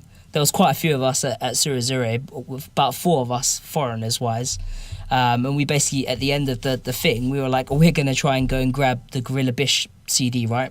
So there was myself, Gary, Jewel, and Paper Maiden, or Ariane, who works with Homicidals, all at this live, which was quite funny for us to all kind of run into each other at this Surezure live, which was a hell of a set. So we basically leave to head over to Shinjuku Tower Records to pick up the Gorilla BiSH CD, right? And then we started getting messages from people saying, don't go to Shinjuku. Shinjuku's all sold out. They don't have any more Gorilla BiSH CDs. Go to Shibuya. Shibuya still have some copies left. Someone's just messaged me now. They said there's more copies. So we essentially, after this is after Surezure, so we're all tired, very sweaty. You know, I mean, we've got merch in hand, checkies in hand. We just want to go home and sleep. And we basically end up having to jump on the train, get to Shibuya, and sprint to Tower Records. All 4 of us get there. We get in there. Ariane asks the guy if they have any Gorilla BiSH CDs left. The guy kind of looks around. He tries to help us, and they didn't have any left. The whole store, I kid you not, was filled with BiSH fans. There was people in Idol hoodies and T-shirts looking just as confused as we were. Because it turns out that you say 2 stops, but like that's 2 stops at a packed time, man. Like it's there's 2 stops, but at that time of night, getting to the station and getting out when someone tells you that there's like 10 CDs left, like that 10-15 minutes that it took us to get there. Not to mention getting to the station with someone who was quite drunk and ended up taking us in a dodgy direction. Thanks for that, Mr. Drunk Navigator. You know who you are. Yeah, we ended up getting there and there was none left. So it was basically a wasted time, you know, trying to go to Shibuya for this damn CD. And Gary was like, fuck it, let's just go home. So we went home after everyone, you know, had tried to talk us into going out and drinking more. But yeah, needless to say, Gorilla BiSH, the CD, the Gorilla launch was pulled off very stupidly. It worked very well for them, but it was pulled off very stupidly. People were buying way too many copies at once, like big handfuls, like Viz is saying, and it pretty much, people just bought it up and it got resold. Like the fact that night, they were already up on auction, right, John? Yes, they were up on auction. I actually managed to snag one for 400, so I'm pretty happy with that. Yeah. You know. So when people were literally getting outside and they were selling the CDs so fast, they didn't actually have a physical picture of the CD. They just had the picture that was posted on Twitter with the black CD. That's how you know. Yeah. That's how you know it was bad. Like, and they were bought up and Yeah. sold for such a cheap price. And the Wax reaction was a bit slow because they did also release it on iTunes. Yeah, so to basically they try and counter the resellers. Yeah, so they basically realized. I think they pretty much cut some of them off at the knees pretty good with that iTunes release. Yeah, because it was like what, 200 yen, 300 yen, or was it less than that? I think it was I think it was the same price as the physical. I think it was 300. The Yeah. physical was 299. I think the iTunes was 300. Oh yeah, something like that. Yeah, and I basically went and picked it up on the Japanese iTunes and just moved it across with it. It was pretty easy. But yeah, it was good. It's a really good album if you guys haven't heard it. The Gorilla BiSH album, really enjoying it so far. Some definite classics on there. My Landscape, brilliant song, really good MV, but we'll be talking about that later on, I believe. Some surprises on there with the likes of Shah and Ooze. Here's Looking at You, Kid. Funny enough, written by Ling Ling of all people. Like that was quite unexpected. And then you got like one of the heavier songs on the album, written by Gumi of all people. Gumi's, sitting on free writing credits for the album, so she's making that money and royalties as usual. And I think the rest. Hey, she's putting in work, man. The rest of them have all got one writing credit, and then you got a couple from Kenta, a couple from JSK, and a couple from the other guy who writes the American Eastlanders stuff like Giant Killers, Smack Baby Smack. I think he wrote as well. So if you like Smack Baby Smack, he's the same guy who wrote Giant Killers. So yeah, you'll know what he looks like if you've ever seen Scrambles or Whack. You'll know what the guy looks like. You've seen him before floating around on Twitter. Yeah, to be fair, the album's really, really good. I'm currently enjoying it more than I did originally when Killer BiSH came out, because I feel like there's less, not filler for me, but there's more songs that I enjoy. The album kind of kicks off at quite a rapid pace, and it doesn't really slow down until maybe the 5th or 6th track, where you hit, I think it's Promise the Star, and then after Promise the Star you get Jam, which is kind of like the slowest track on the album, and then after Jam it just kicks up a notch, and then boom, it literally just smashes it home for like the next 4 or 5 tracks.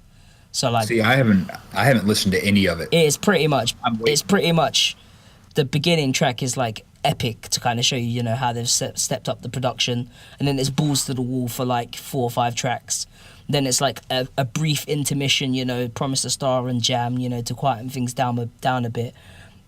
And then the rest of the album is just straight punk bangers and more harsh vocals and crazy stuff like that, pretty much. Like, it's a brilliant album. If they played it in order, as they do on the album, as a set, that album alone itself would make a good set, because it has some good variety and some good dynamics, It starts off kind of crazy, everyone goes a bit mad, and then it quietens back down, like they do in most shows, and then, and then you go out with a bang, essentially. So it's good. What do you think of the outfits? The outfits, I really like the outfits. I like the little capes. I think I could have done without the pointy shoulders. Oh, I like C Magnifique, like the pointy shoulders. Pretty cool. I mean, they kind of look like, I don't know, like hellish, what are they called, air hostesses or whatever. Oh yeah, so someone said, did you see the video of them on the pirate ship? So yeah, that was I'm good for the capes. I like the capes. I've seen the video of Ayuni, flapping their little cape. That's way too cute. I can't complain about the capes.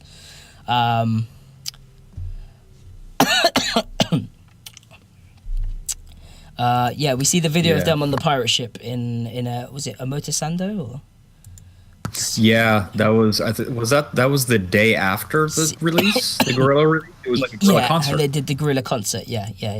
And then they did the because it goes with the whole theme of they Gorilla performed BiSH. Landscape, Smack Baby Smack, and what was the last one? Giant Killers or Promise the Star? I think they did Giant Killers. Did they do Giant Killers? No, it was Promise the Star. I think it's Promise the Star. Yeah, I can't remember. I only watched it once. Yeah, I remember. But I can't remember if the day that they did the boat, because I was in Sendai for a day to go see BiSH and Gang Parade, and I can't remember if it was that day that they did the Gorilla Live. It might have been that. It might have been that. No, it can't have been because they did it on the 4th. Don't know. It was all the days went a bit quick while I was there, so it's quite hard to keep track of what was really going on. What day did they release the video for My Landscape? I don't know. I'd have to fire it up to see. I'd have to go and have a look now. But yeah, Smack Baby Smack, some of them other songs. Quality, man. Like, for people who are, were complaining that, BiSH have gone soft or whatever, or, certain stuff. Wait till you hear the whole album first, because this has probably got some of their most aggressive in tone songs. Like, and the production quality is good for it.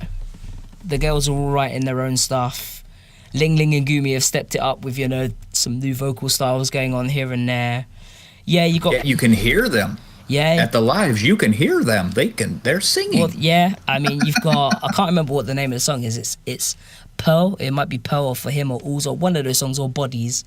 Or is it one of them? But I say aggressive, but I don't mean heavy and aggressive. I just mean they know what they want to do with the songs, and they're putting the point of the song out there.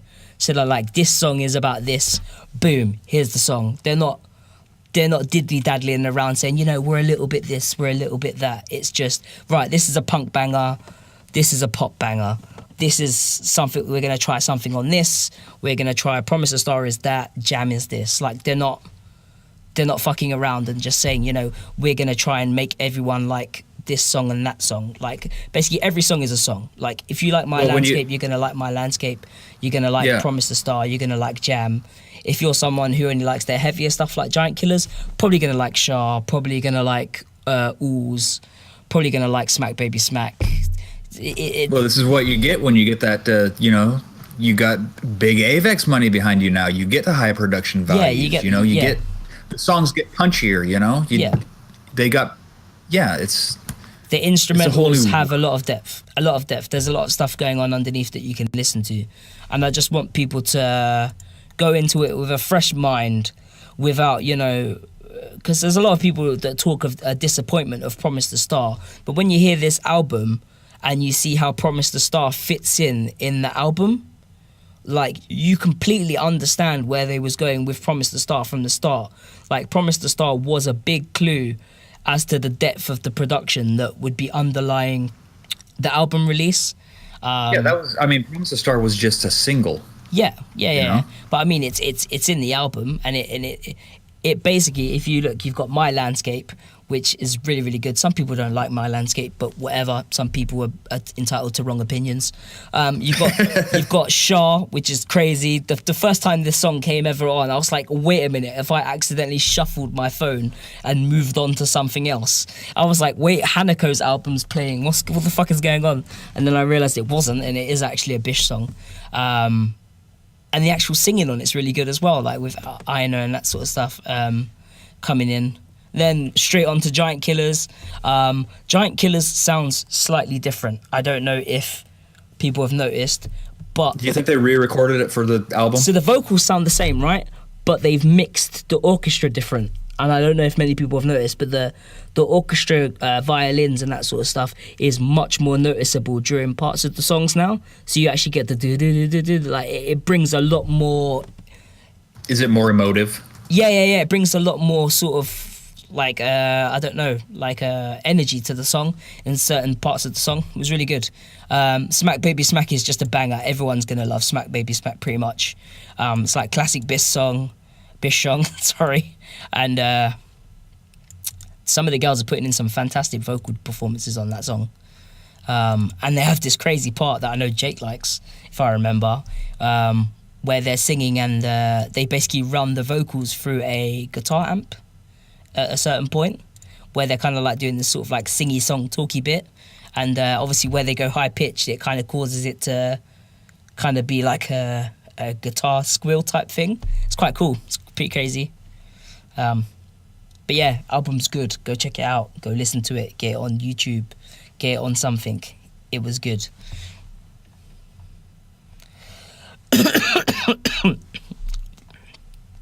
Yeah, we can move on to the next thing if you want. Oh, okay. Yeah, are you done gushing?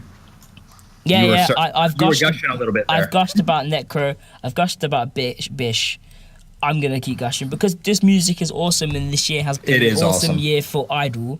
And I just want people to go into stuff with put your bias behind, put previous releases behind, go in and just listen and take it for what it is before you go in with any preconceptions and all that sort of shit, because I hate listening to people judging something before they've even heard it. Like, just shut the fuck up, listen to the music, then tell me Yeah, what you think of just it. go listen to it. Yeah. So anyway, on to back anyway. round to something else. What do Are we have? everyone's favorite French boutique record vinyl producer? I feel bad for bringing up Necronome Idol again, but there's I other don't. stuff. I don't feel bad about it. Don't feel bad. Yeah. Here comes this one, Deathless on vinyl. Gonna be awesome.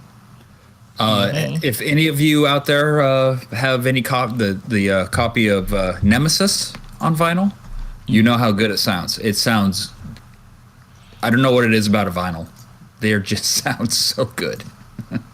But Specifics giving us this release comes out in January. I believe pre-orders start on the 1st of December. And this is limited to 500. I've now found out that I believe all specific releases are limited to 500 pressing. But So there's a specific one with the Ouija board. there is, okay. So they are making 300 copies in black. Okay. Risaki black. they're calling Rusaki it. Black, yeah. And 200 copies in Sari green. Sorry, Green. Yes. And then there are 30 special copies. 40. 30. What? Is it? Yes. 30 copies that will come with a special screen printed Ouija board, like on the back of the album. Yeah. 30 copies. So.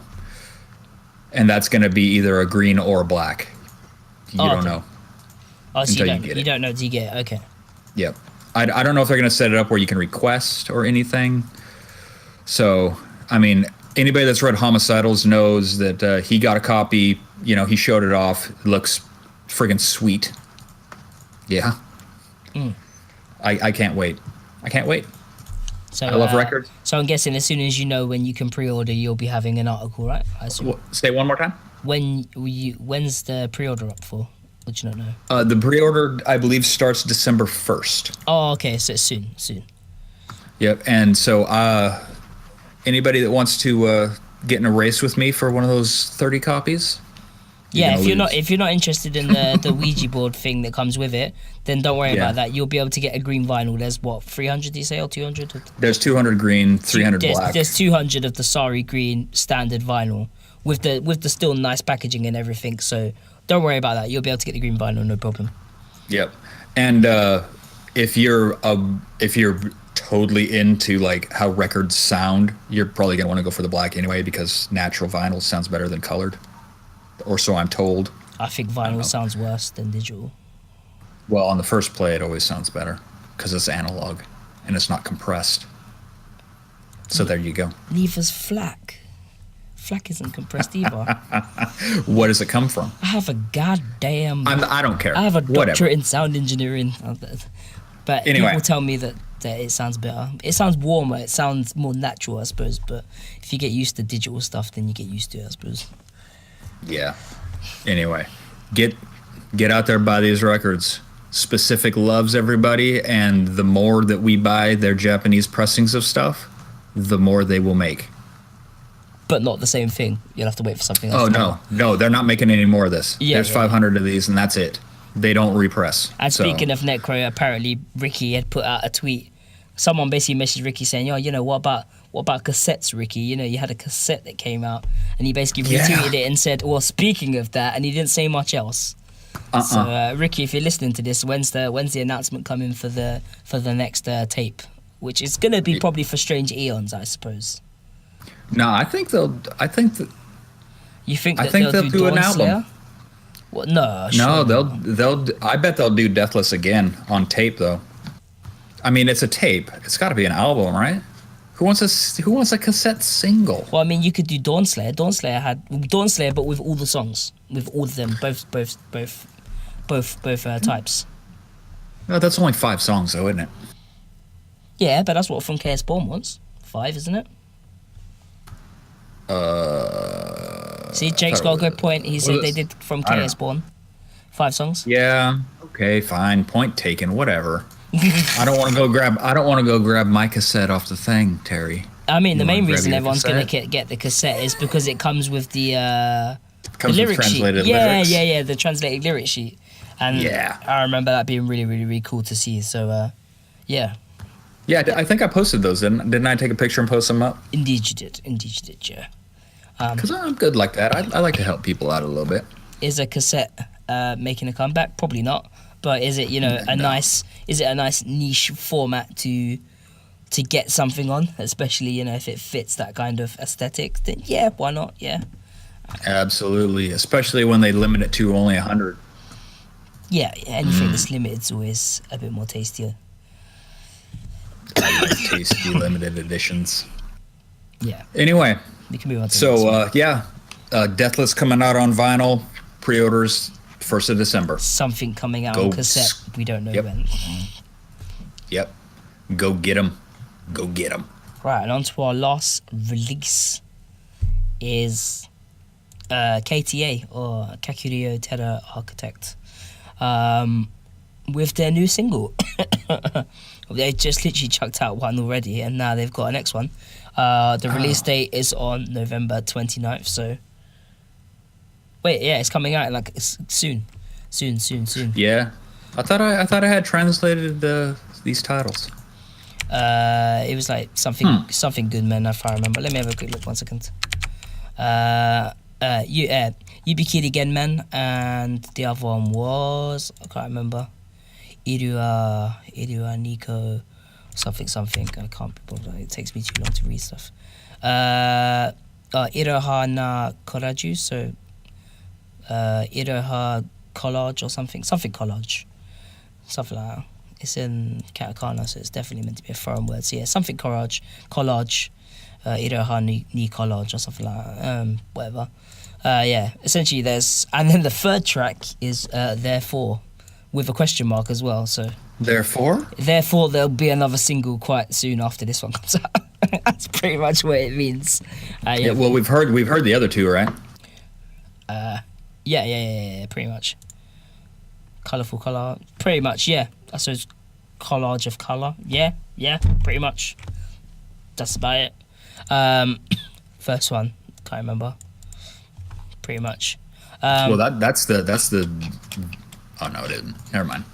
Yeah, Never mind. That's the B-side, but but pretty much that's it. It would also make sense why she's stuck in the middle and there's tons of paint everywhere and they're pulling some odd faces. But to be honest, KTA's thing seems to be whispering and odd facial expressions. I don't know if anyone's noticed. And don't forget to throw in a little bit of horrible non-choreographed dancing. And some horrible, paint bukkake. Oh God, this is a good, clean Christian pod. Nah, it's not anymore. Let's be honest. I got monetization back now. I don't need to be Christian anymore. I give it up. I'm Oshihenin my faith and moving over to Idol instead. Well, I even dropped an F-bomb this podcast, I think. So damn, it's all out the door now. John said fudge. What can I do? I did. I love fudge. It's very tasty. You're gonna kill me, man. I can't laugh. But yeah, that's our last release. That's it. Now we're in the final stretch, everybody. How's everybody feeling? I would say song previews, and it would have been Zenkimi, but we don't have it. Not the fact they're like 14. Who? What? The KTA girls? Have a laugh. They're not 14. They're all like 20 something, or like 19 to 20 something. None of them are that young. Like, yeah, they're don't even hire people that young. Like, Jesus. Anyway, we can move on to music videos, the place where we talk about videos. Yeah, music what do we got? 11? We got 11? 12? Quite a few. And you better hope. You better hope I remember to mute them all, otherwise we're getting some copyright strikes. But we'll see. Okay. You want me to mention the ones that we're not talking about? If we got that many that we're having to skip some? Yeah. Okay, well, name the ones that we're not talking about. Okay. So if anybody was looking for these videos, we're not talking about them. Lyrical School, Take Me. Okay. You'll Melt More, New Wave Star. Oh, we skipped all of the new You'll Melt More. Whoops. Yep, You'll Melt More, Eternal Moment. We didn't get any You'll Melt More. Schwingo Bupan. That hurts First time Checky. That hurts my soul that there's no... Doesn't it? Yeah, pretty much. Well, we might toss it in next week. Broken by the Scream, Screaming Rhapsody, we already mentioned on the last podcast, I believe. We've already gone through. Yeah, well, I think we talked about that last month. Also, if I start talking about Broken by the Scream, I'm going to end up telling you about the in-store live that I went to for them. And then we'll be here like another half an hour because that was... Stop right now. If you want to know about that, just ask and I'll go talk about it in group or something, or a separate video. And we're not talking about the very nice to watch new Banjanaimon. I'm more upset video. that I didn't complain that Shuengen Bupan's not in this. First time Checky is such a banger. I'm so dumb. It is. I It's left good. it out like an idiot. Don't worry, there'll be plenty of Oyasumi Hologram. This is my podcast. There's definitely going to be some hologram going on. If there's a video out for Oyasumi, they're going to be in there. If it's not me making sure, then Gary would have a gun to my head making sure that it's there, so don't worry. But yeah, we can move on for the first video. And we can move on. the video that literally released as I was boarding the plane. Yeah. It released as I had to turn my Wi-Fi off. Literally, I couldn't use my internet. As I got on the plane, it was like, oh, I need you, MV. Went to click it, had to board. So I had to turn my Wi-Fi off. I was like, oh, for fuck's sake. Airplane mode. Pretty much airplane mode as it released. I was like, oh, God. So we have... Do we get one? Do we get a thing? Did we get a what? Yeah, we got a video. It's up. Sorry. It was a bit There delayed. it is. In case you didn't know, this song's actually also in 4K.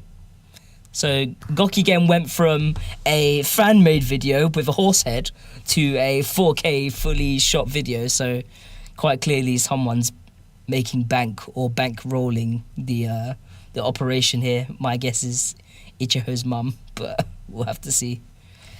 Yeah, I really like this video. The video really kind of encompasses all about what their whole shtick is. Yeah, it's kind of like, you know, they want to be Gokigen, yo, you know what I mean? Who has a 4K screen these days? Anyone who's not poor would be my or anyone who, you know, is into technology. But yeah, look at Nagi, green hair in 4K, you cannot pass that up. Oh man, and that is hard green, dude. That is green. Bruh, her hair's green as hell in person. Like, I took the Checky, yeah, and my eye was wearing a bright green jumper and she's got bright green hair, and they both came out like dark green. I think green's just a really hard colour to get to show out in like Checkies for some reason. Also, Ichiho's hair was like fresh at that point, so it was like bright blue. Oh yeah. I mean, it's probably almost as blue to yeah. But yeah, you know, the song's kind of, it has that kind of traditional, let's be honest, like it's kind of traddy in places. But it's just good fun. And it's kind of like, it has that kind of somber tone to it, where it's kind of like, you know, things could be depressing and things could get you down, but at the end of the day, like, it's time to have fun, if that makes sense. Yeah, it's pretty crazy. Yep, they're all like, throw that stress out the window. Pretty much, right? Also, the jumpers are pretty cool. As you can see, the jumper is literally the same colour as her hair. Near enough. Yeah. Crazy hair. You know how you get 8K screens? I was going to say you just get 2 4K screens, but then someone who knows how 8K works would kill me because that's not how it works. So I'm not going to mention that. There you go. Look, yeah, she knocks holes in a... Yeah. She got to get her ponytails through. I basically was not going to go out on the second night I was in Japan. I was tired. We've been out shopping. We'd done some stuff. And I was at home. And basically the Gokigen girls put out a thing saying that they were doing a talk event, like a pre-release talk event. Yeah, pretty much, Jake, right. 4K screens, yeah. I'm glad someone understands. But yeah, so they basically put out a thing saying that they were going to be doing an event, right? Like a talk show event.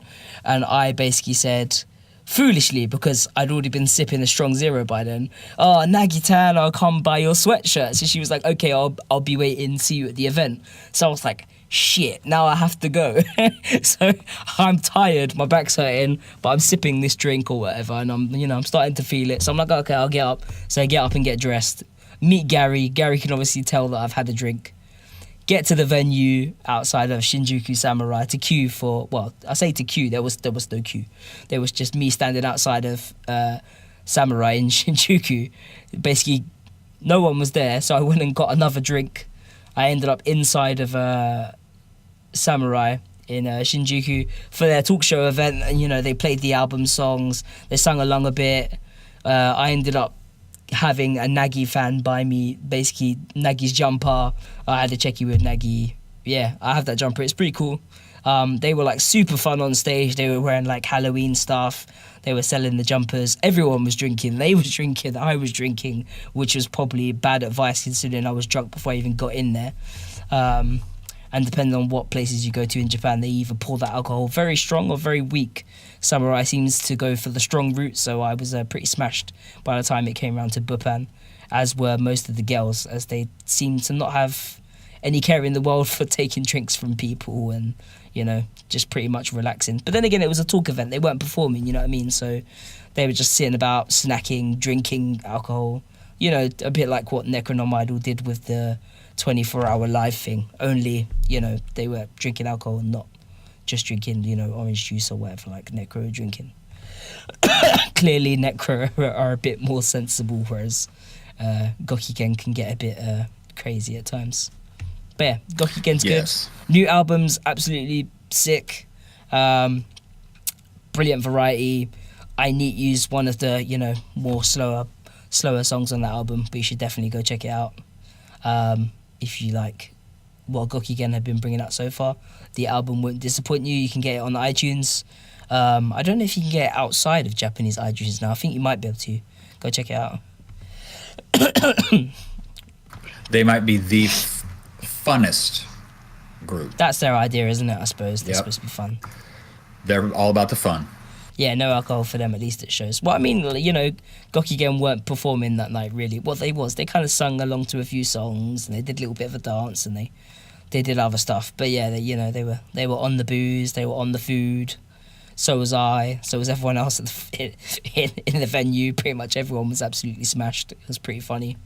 And it was basically just sit around and banter each other and listen to the girls, cuss each other's Halloween outfits and talk about the album and recording it, and Icho getting her voice back, and everyone being quite happy about that. Yeah, it was good.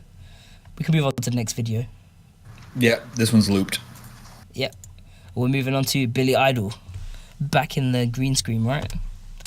Yep, what is this, Sayonara Romantic? Yeah, well, so like Goodbye Romance or Sayonara Romantic. They spell it like Romantiku or something like that, but yeah. Yeah. So you got some BILLIE IDLE butt action going on there. Yeah, you might enjoy. Their new outfits are quite... Is this the actual outfits that they're wearing now for this release? I don't know. I suppose it so. could be. I suppose so. Yeah, good song. The video is... well, it's a BILLIE IDLE song. It's another minimalist BILLIE IDLE video. I don't think I did review this before. Did we review this before? I don't think so. When it came out on after the 21st. Oh, I don't know then. Yeah. This must be their new outfit that they're wearing at the shows. It's pretty good. Oh yeah, this is off their new album. This came out the 31st of October. So it was 10 days after the last podcast. I think BILLIE IDLE are taking after Maison Bookgirl, and they're going for continuity. So they're one day there'll be like a thing where they escape from the green screen. Either that, or maybe the green screen is some bigger meaning that we don't know about. Either that, or they just really like fucking around in front of this green screen. Who knows? This could be in Uika's basement or something. Like, who knows? Like, she just has a random green screen for like selfies and fucking about and making videos. But yeah, it's pretty good. Could be. Yeah, the song's all right. I mean, I actually quite liked 80s, it. Like, it's an 80s tinged BILLIE IDLE song. Yeah, I quite liked it. I think, all of their parts were quite strong. Even Nozomi's part was, pretty nice. Normally I find like her vocals like the weakest out of the three of them, but I mean that's gonna happen because like 2 or 3 of them are like really, really good live vocalists. And Nozomi's never been known to have the strongest voice. But yeah, I felt like her parts in that song were actually really good, and you know, she came across really well. So the song was really good. Yep, it's pretty strong all around. And if you want to watch the video for the funny dance moves and the butt slaps, then you can't go wrong. I haven't really got much more to say about this other than if you like Billy Idol, you're gonna like this because it's a little bit different than a usual Billy Idol song, but at the same point, you know what you're getting from it. Really, if you enjoy their vocals, you'll enjoy the song. Let's be honest.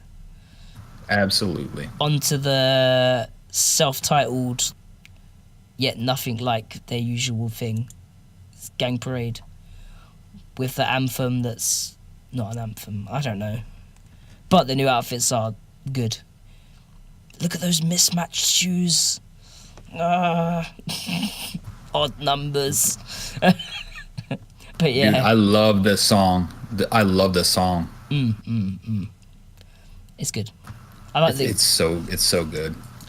It's kind of like the video is quite funny because it's very minimalistic, but they've done a lot with the colors.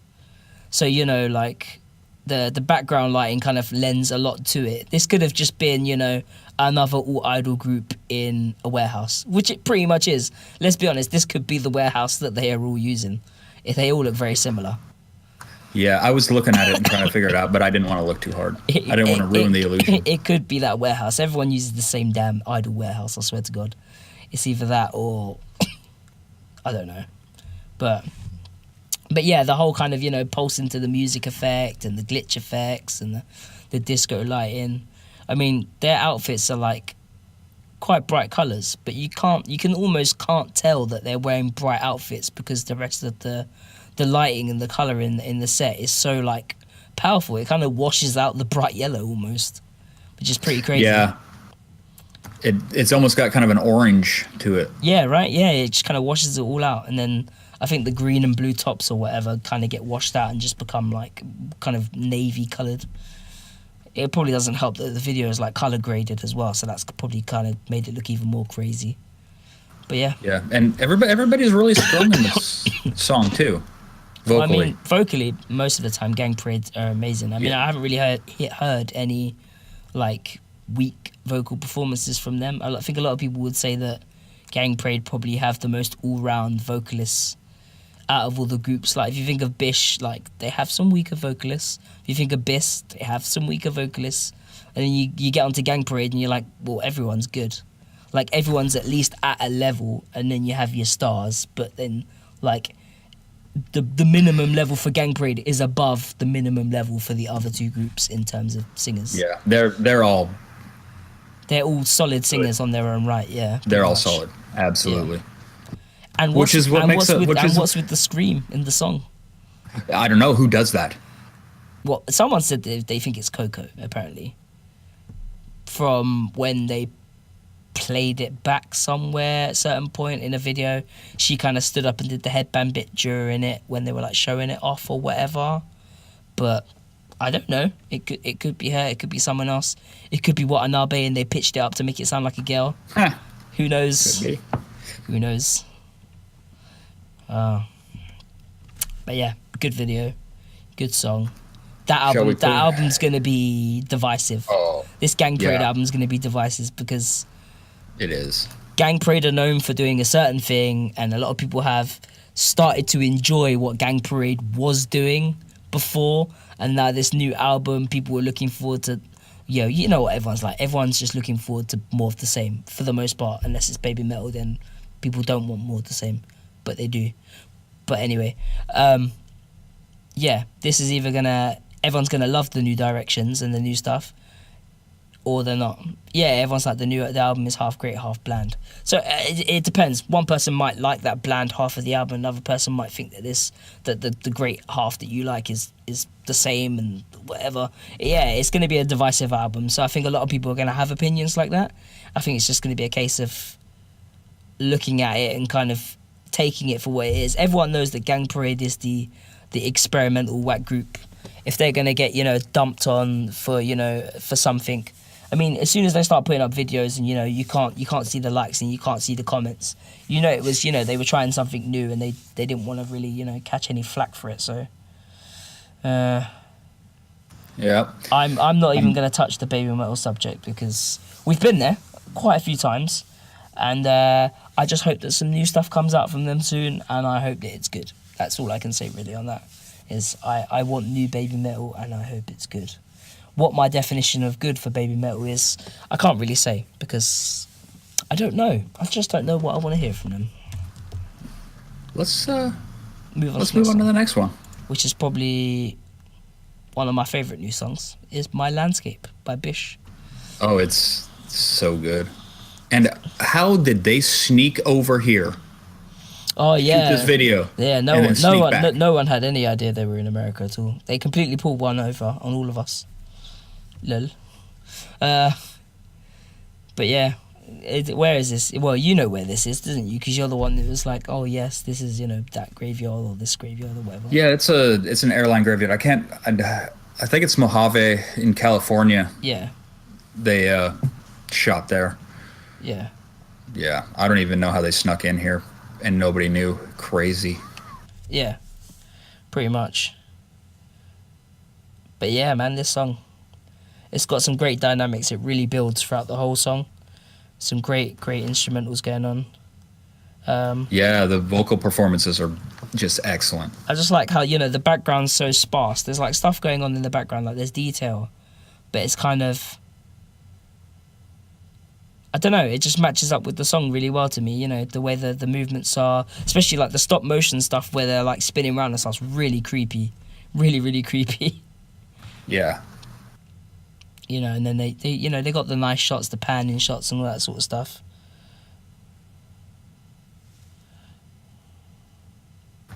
It's just a really good video. High production value. The song's good. I'm sure they definitely probably came to America for some reason, but who knows what. We'll have to wait and see. I'm sure they probably just wanted, Watanabe just wanted a vacation, yeah. He just, you know, wanted to come poke some cactuses. He saw a cactus and realised that he wasn't the biggest prick in the area. Hey! There's a good joke for you. Even though I love Watanabe, but yeah. Good song, good visuals. Some people don't like the song, but whatever.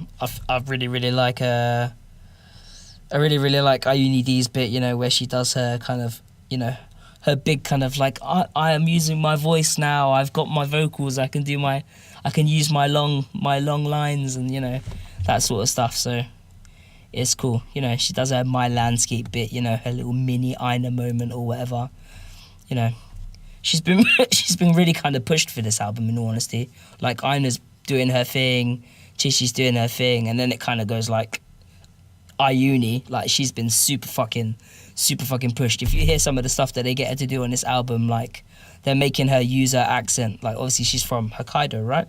So they're kind of getting her to just be like, look, this is what your voice sounds like. This is how you fucking sing. So sing like that. Like, put some power behind it. Like, it doesn't matter if you sound a bit country. It doesn't matter if you sound a bit, you know, not like you're from Tokyo or that you have a bit of an accent. Like, just put some effort in, girl, and, you know, give us what you got.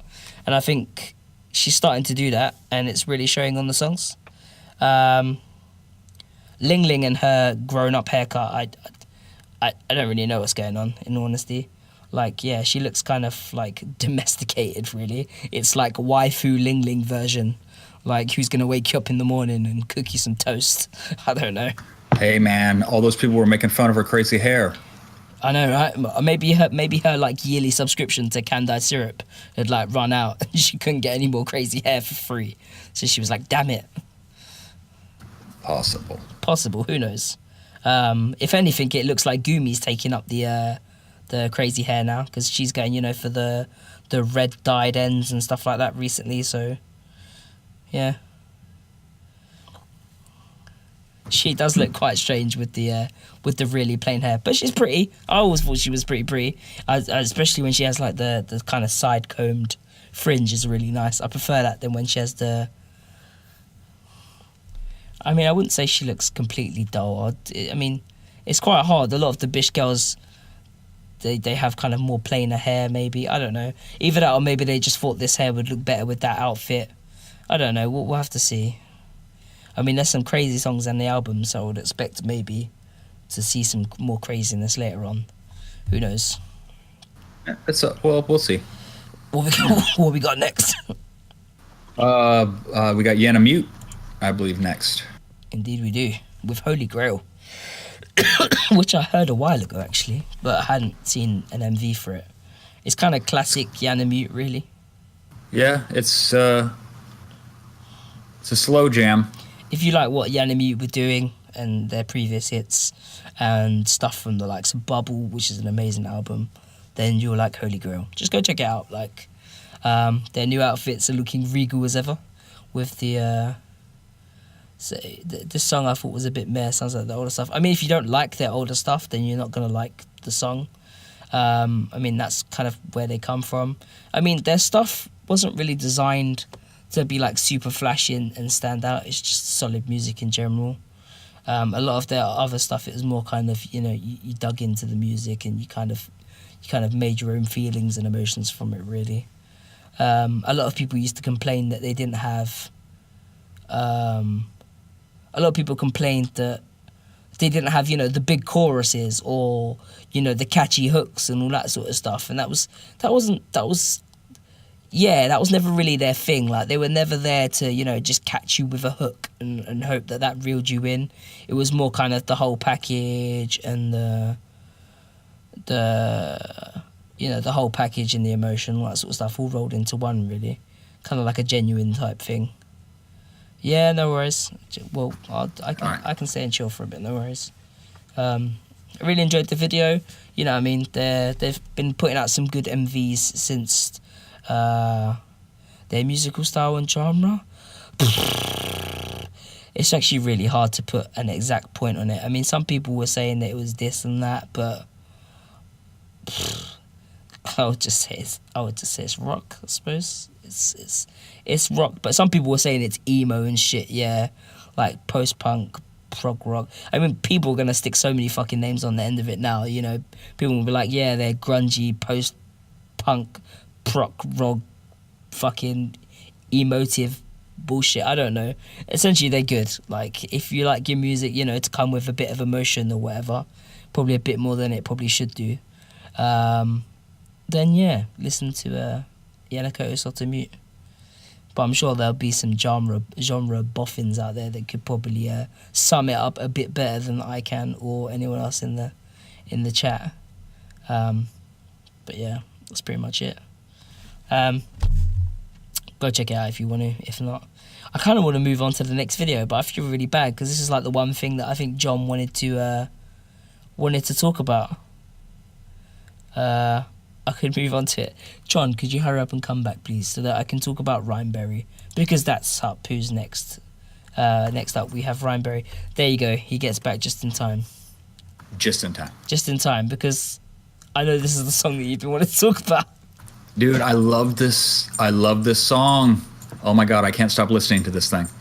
It's RHYMEBERRY with their song Chotto Yatte Mita Dake. Or Dake, yeah, I'll say that's about right. Oh, it's so good. Yeah. It's so good. I'm really at a loss for words. I mean, the flow is so good. This is the first time and probably the last time you're going to hear John talking about flow. But probably. John is on this rap thing now, guys. You've heard it here first. Well, you know, I like Tokyo Chewing Gum, you know, the one that Ricky was in. That was a good one. Yeah, that's pretty cool, yeah. But then, you know, they just popped off in this song. What the name of the girl with the jeans on? Is that Omochi or whatever her name is? Yeah, she's the DJ. Yeah, she's pretty cool. The jeans are a bit much though, but I'll forgive her. Someone's like, "Oh, you got a few rips in your jeans." That's not a rip. She just doesn't have any jeans. Yeah, they're like inverse. No they're like inverse chaps at this point. Look at them. But yeah, pretty good. But yeah, song. it's just all around fun. this one. Have you listened to this one a couple of times, or just once? Like twice. That's all I managed to get in, and that was while I was at work. So all I know is the DJ girl, and that's only because I think I follow her on Twitter. So I've seen bits and bobs popping up. Yeah, well, you see, when they released this originally, it was 3 different videos, and each of them had their own. I think I remember someone posting about that in group, but I don't know if I was in Japan at the time. I don't know. Yeah, you were in Japan, and I was like, oh, you know what they should do is, somebody should take all 3 of these and splice them up together, and well, they were already doing that. So the DJ Emochi, for some reason, she reminds me of like Anno slightly. I don't know why. It's the facial expressions. The like wide-eyed facial expressions reminds me of Anno from Beltmore for some reason. Occasionally, just some of the facial expressions. Yeah, those outfits are pretty crazy, but they're pretty good. Anything else you want to say, John, on the RHYMEBERRY front? No, I just a fast explosion of this is pretty awesome, and I love it. We can move on. Nice. So next up we have Maison Book Girl. Oh, yep, Maison Book Girl. Yeah. Yeah. I think I talked about this video, about the person, who is, I think you said it was Tristan or whoever, someone who had explained it. But we can I believe it was Tristan. Yeah, you have kind of like someone type. Apparently, each of these things means something. Like they're taking the piece out of the map and then replacing it somewhere else. They're typing on the keyboard. There's like a super crazy. Well, there's something with sign language, I think. There's a super crazy explanation that someone actually sat there and did some serious looking. I quite like Maison Book Girl, but this song took me by surprise at first because the recording of it sounds different. The way the instruments lay with each other and the way the music laid feels kind of different to me. But I don't know if that's something that they're moving towards as part of this kind of changing dynamic and sound that they're kind of doing. Yeah, I don't know. It's maybe the time of the music is different. If you take the Japanese version of the song and you put it in, it comes up with KO, yeah. But they seem to have like romanized it as CO for some strange reason. But yeah, however they want to do it, I guess. I don't know. It kind of does more towards the end. It kind of it was kind of weird. It's something that I need to kind of, as with most. Well, it's okay. I don't think anyone in the chat needs Japanese lessons. I think we're all good. We're all good on that. Everyone's just going to start arguing in chat, so behave yourselves. But yeah, pretty much, I don't know. I think that the video is pretty crazy. It's pretty out there. I think it feels different because this time signature is different than their usual songs. I just think it sounds recorded differently. Like the vocals lie in the song a lot different than the normal stuff. It sounds like it's more on top. It doesn't sound as buried as the normal stuff does. I don't know. But then again, they've got English translations on screen, which is nice. I don't know, like Maison Book Girl can be weird.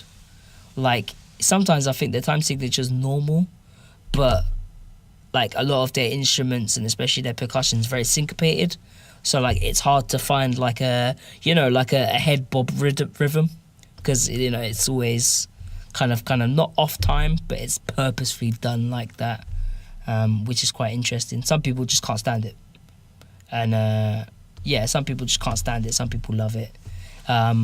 It's definitely more along the lines of artistic. What was we calling it recently that we were putting people into this category or whatever, performance art or whatever. But I mean, you can't really knock the fact that Maison Book Girl definitely got some artistic stuff going on. Oh, absolutely. But yeah, pretty much. But yeah, go read what the hell's going on in this video, because watching it a couple of times, it's pretty crazy. Well, we can move on to another Gang Parade video. Oh, it's this one. This one's pretty divisive. Yeah. We'll just say that. Yeah. People are getting pretty crazy at this one, to be honest with you. Yeah. I think they're getting a little too crazy. Their outfits in this one are unreal. Put it that way. Fucking Mickey with a Leonardo DiCaprio like hoodie on. Yeah, the giant Leo. Who knows? Yua's got no pants on. I'm assuming this song isn't a Perform It Live song. I don't know. Unless Coco's just going to stand there and do weird dance moves for the whole time.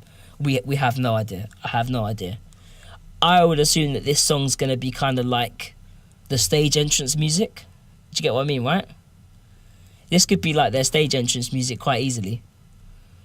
Like if they have this... They're not going to be singing it. I can almost guarantee that. Yeah, I would imagine this will be more like... I mean, you said this is the first song on the album, right?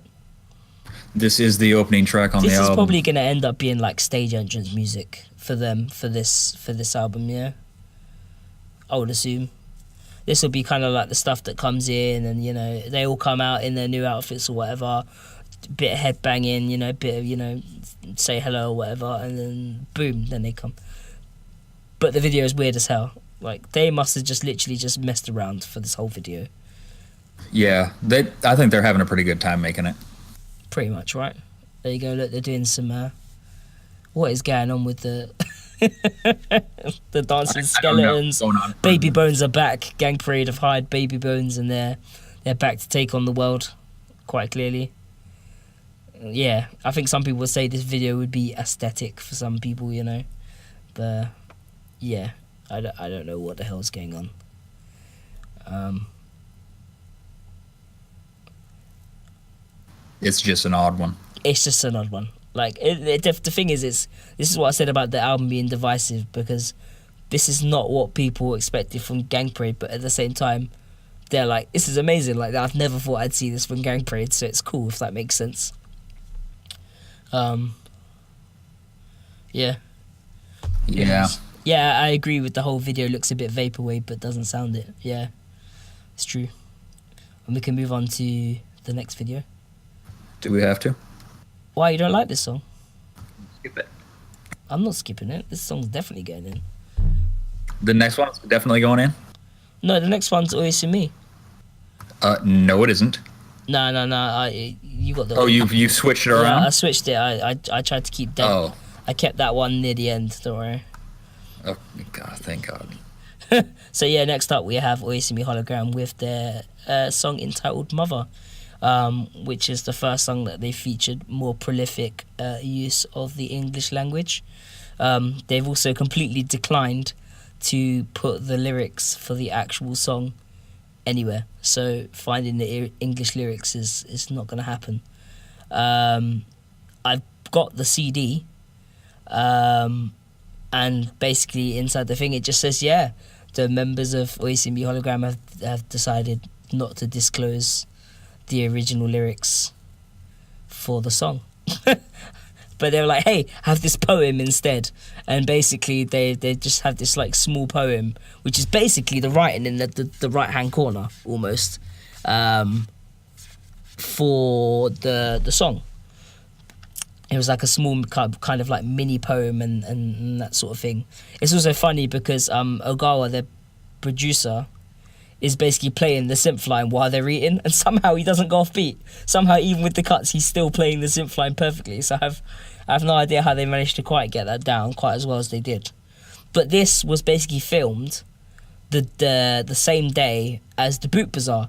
So basically, they did the Boot Bazaar that day. They did the band and the DJ live set that I watched, and then basically that night after they performed at the Yoimachi festival, because they were there till quite late.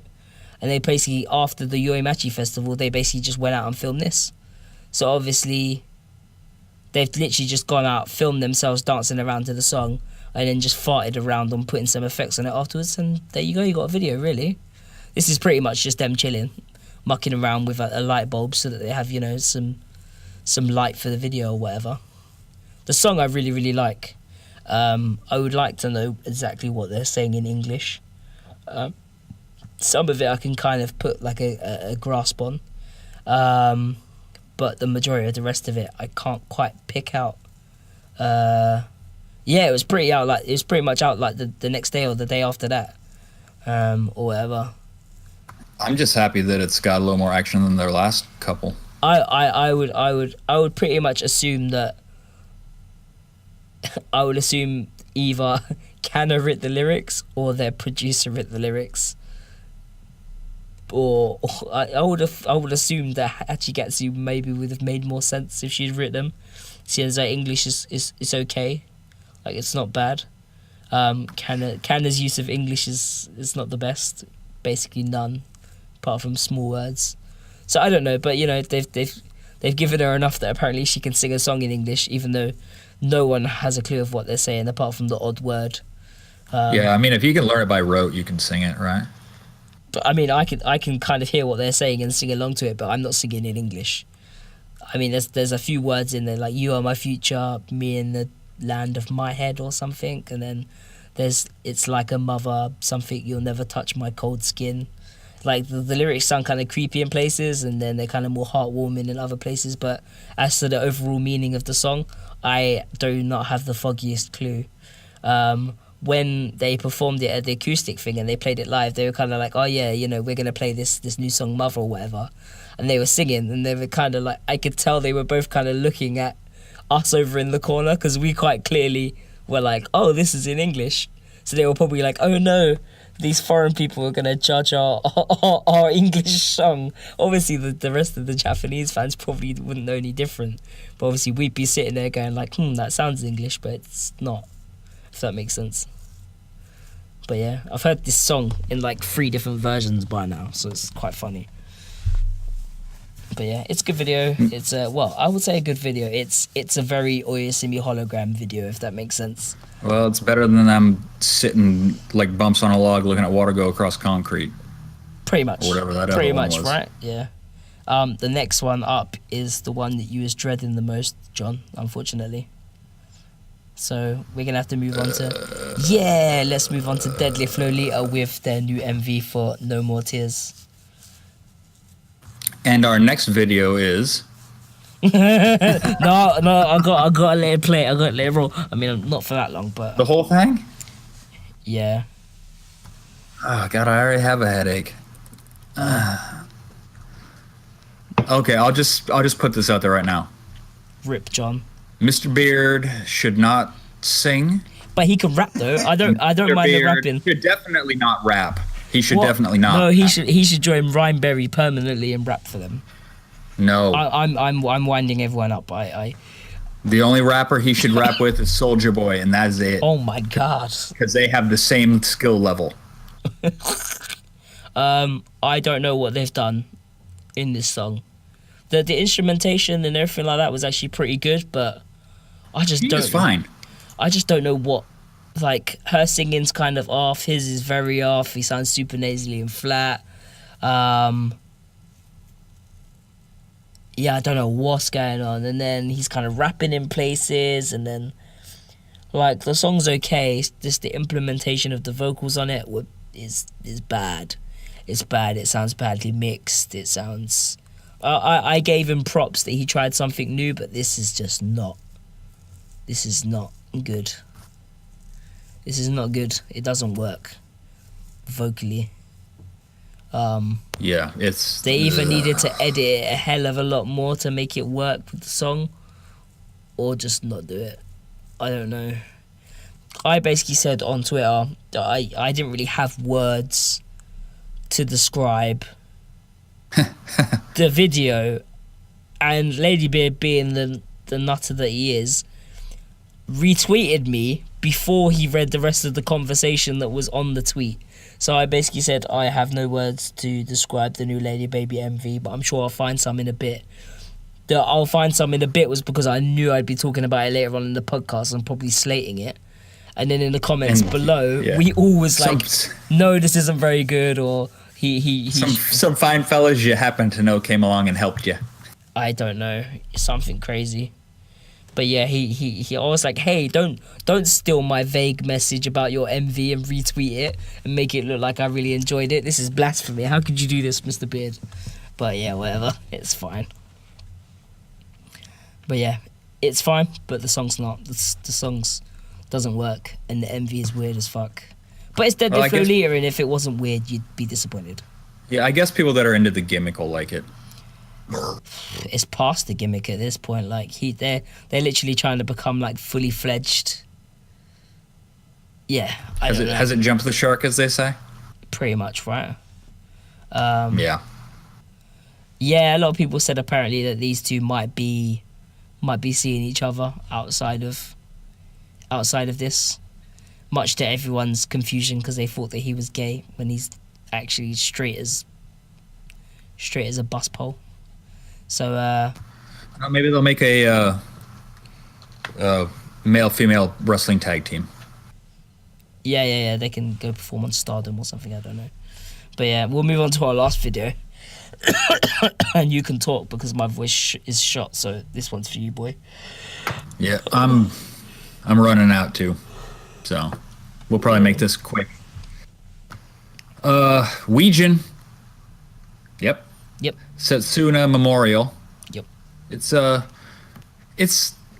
not as digital as their previous songs. It seems now, to be it? getting more rock and rolly almost. Yeah. More band. I thought their whole shtick was like a Neo Tokyo digital. They still vibe. have some bits like that. I don't know. I think ever since they did that split thing with that band, Does It Escape Again? Was it? Yeah, I think so. Yeah. Where it was pretty rock. Yeah. Ever since they've done that, I think maybe they're kind of like, ooh, everyone really enjoyed this. You know what I mean? The fans were really into it. Maybe we should. They've kind of gone for like this kind of like aesthetic, almost cyber-esque type thing with a band behind them, and I don't know. It's cool, you know. Like Knee Slide Down are disbanding, so there's 3 of them.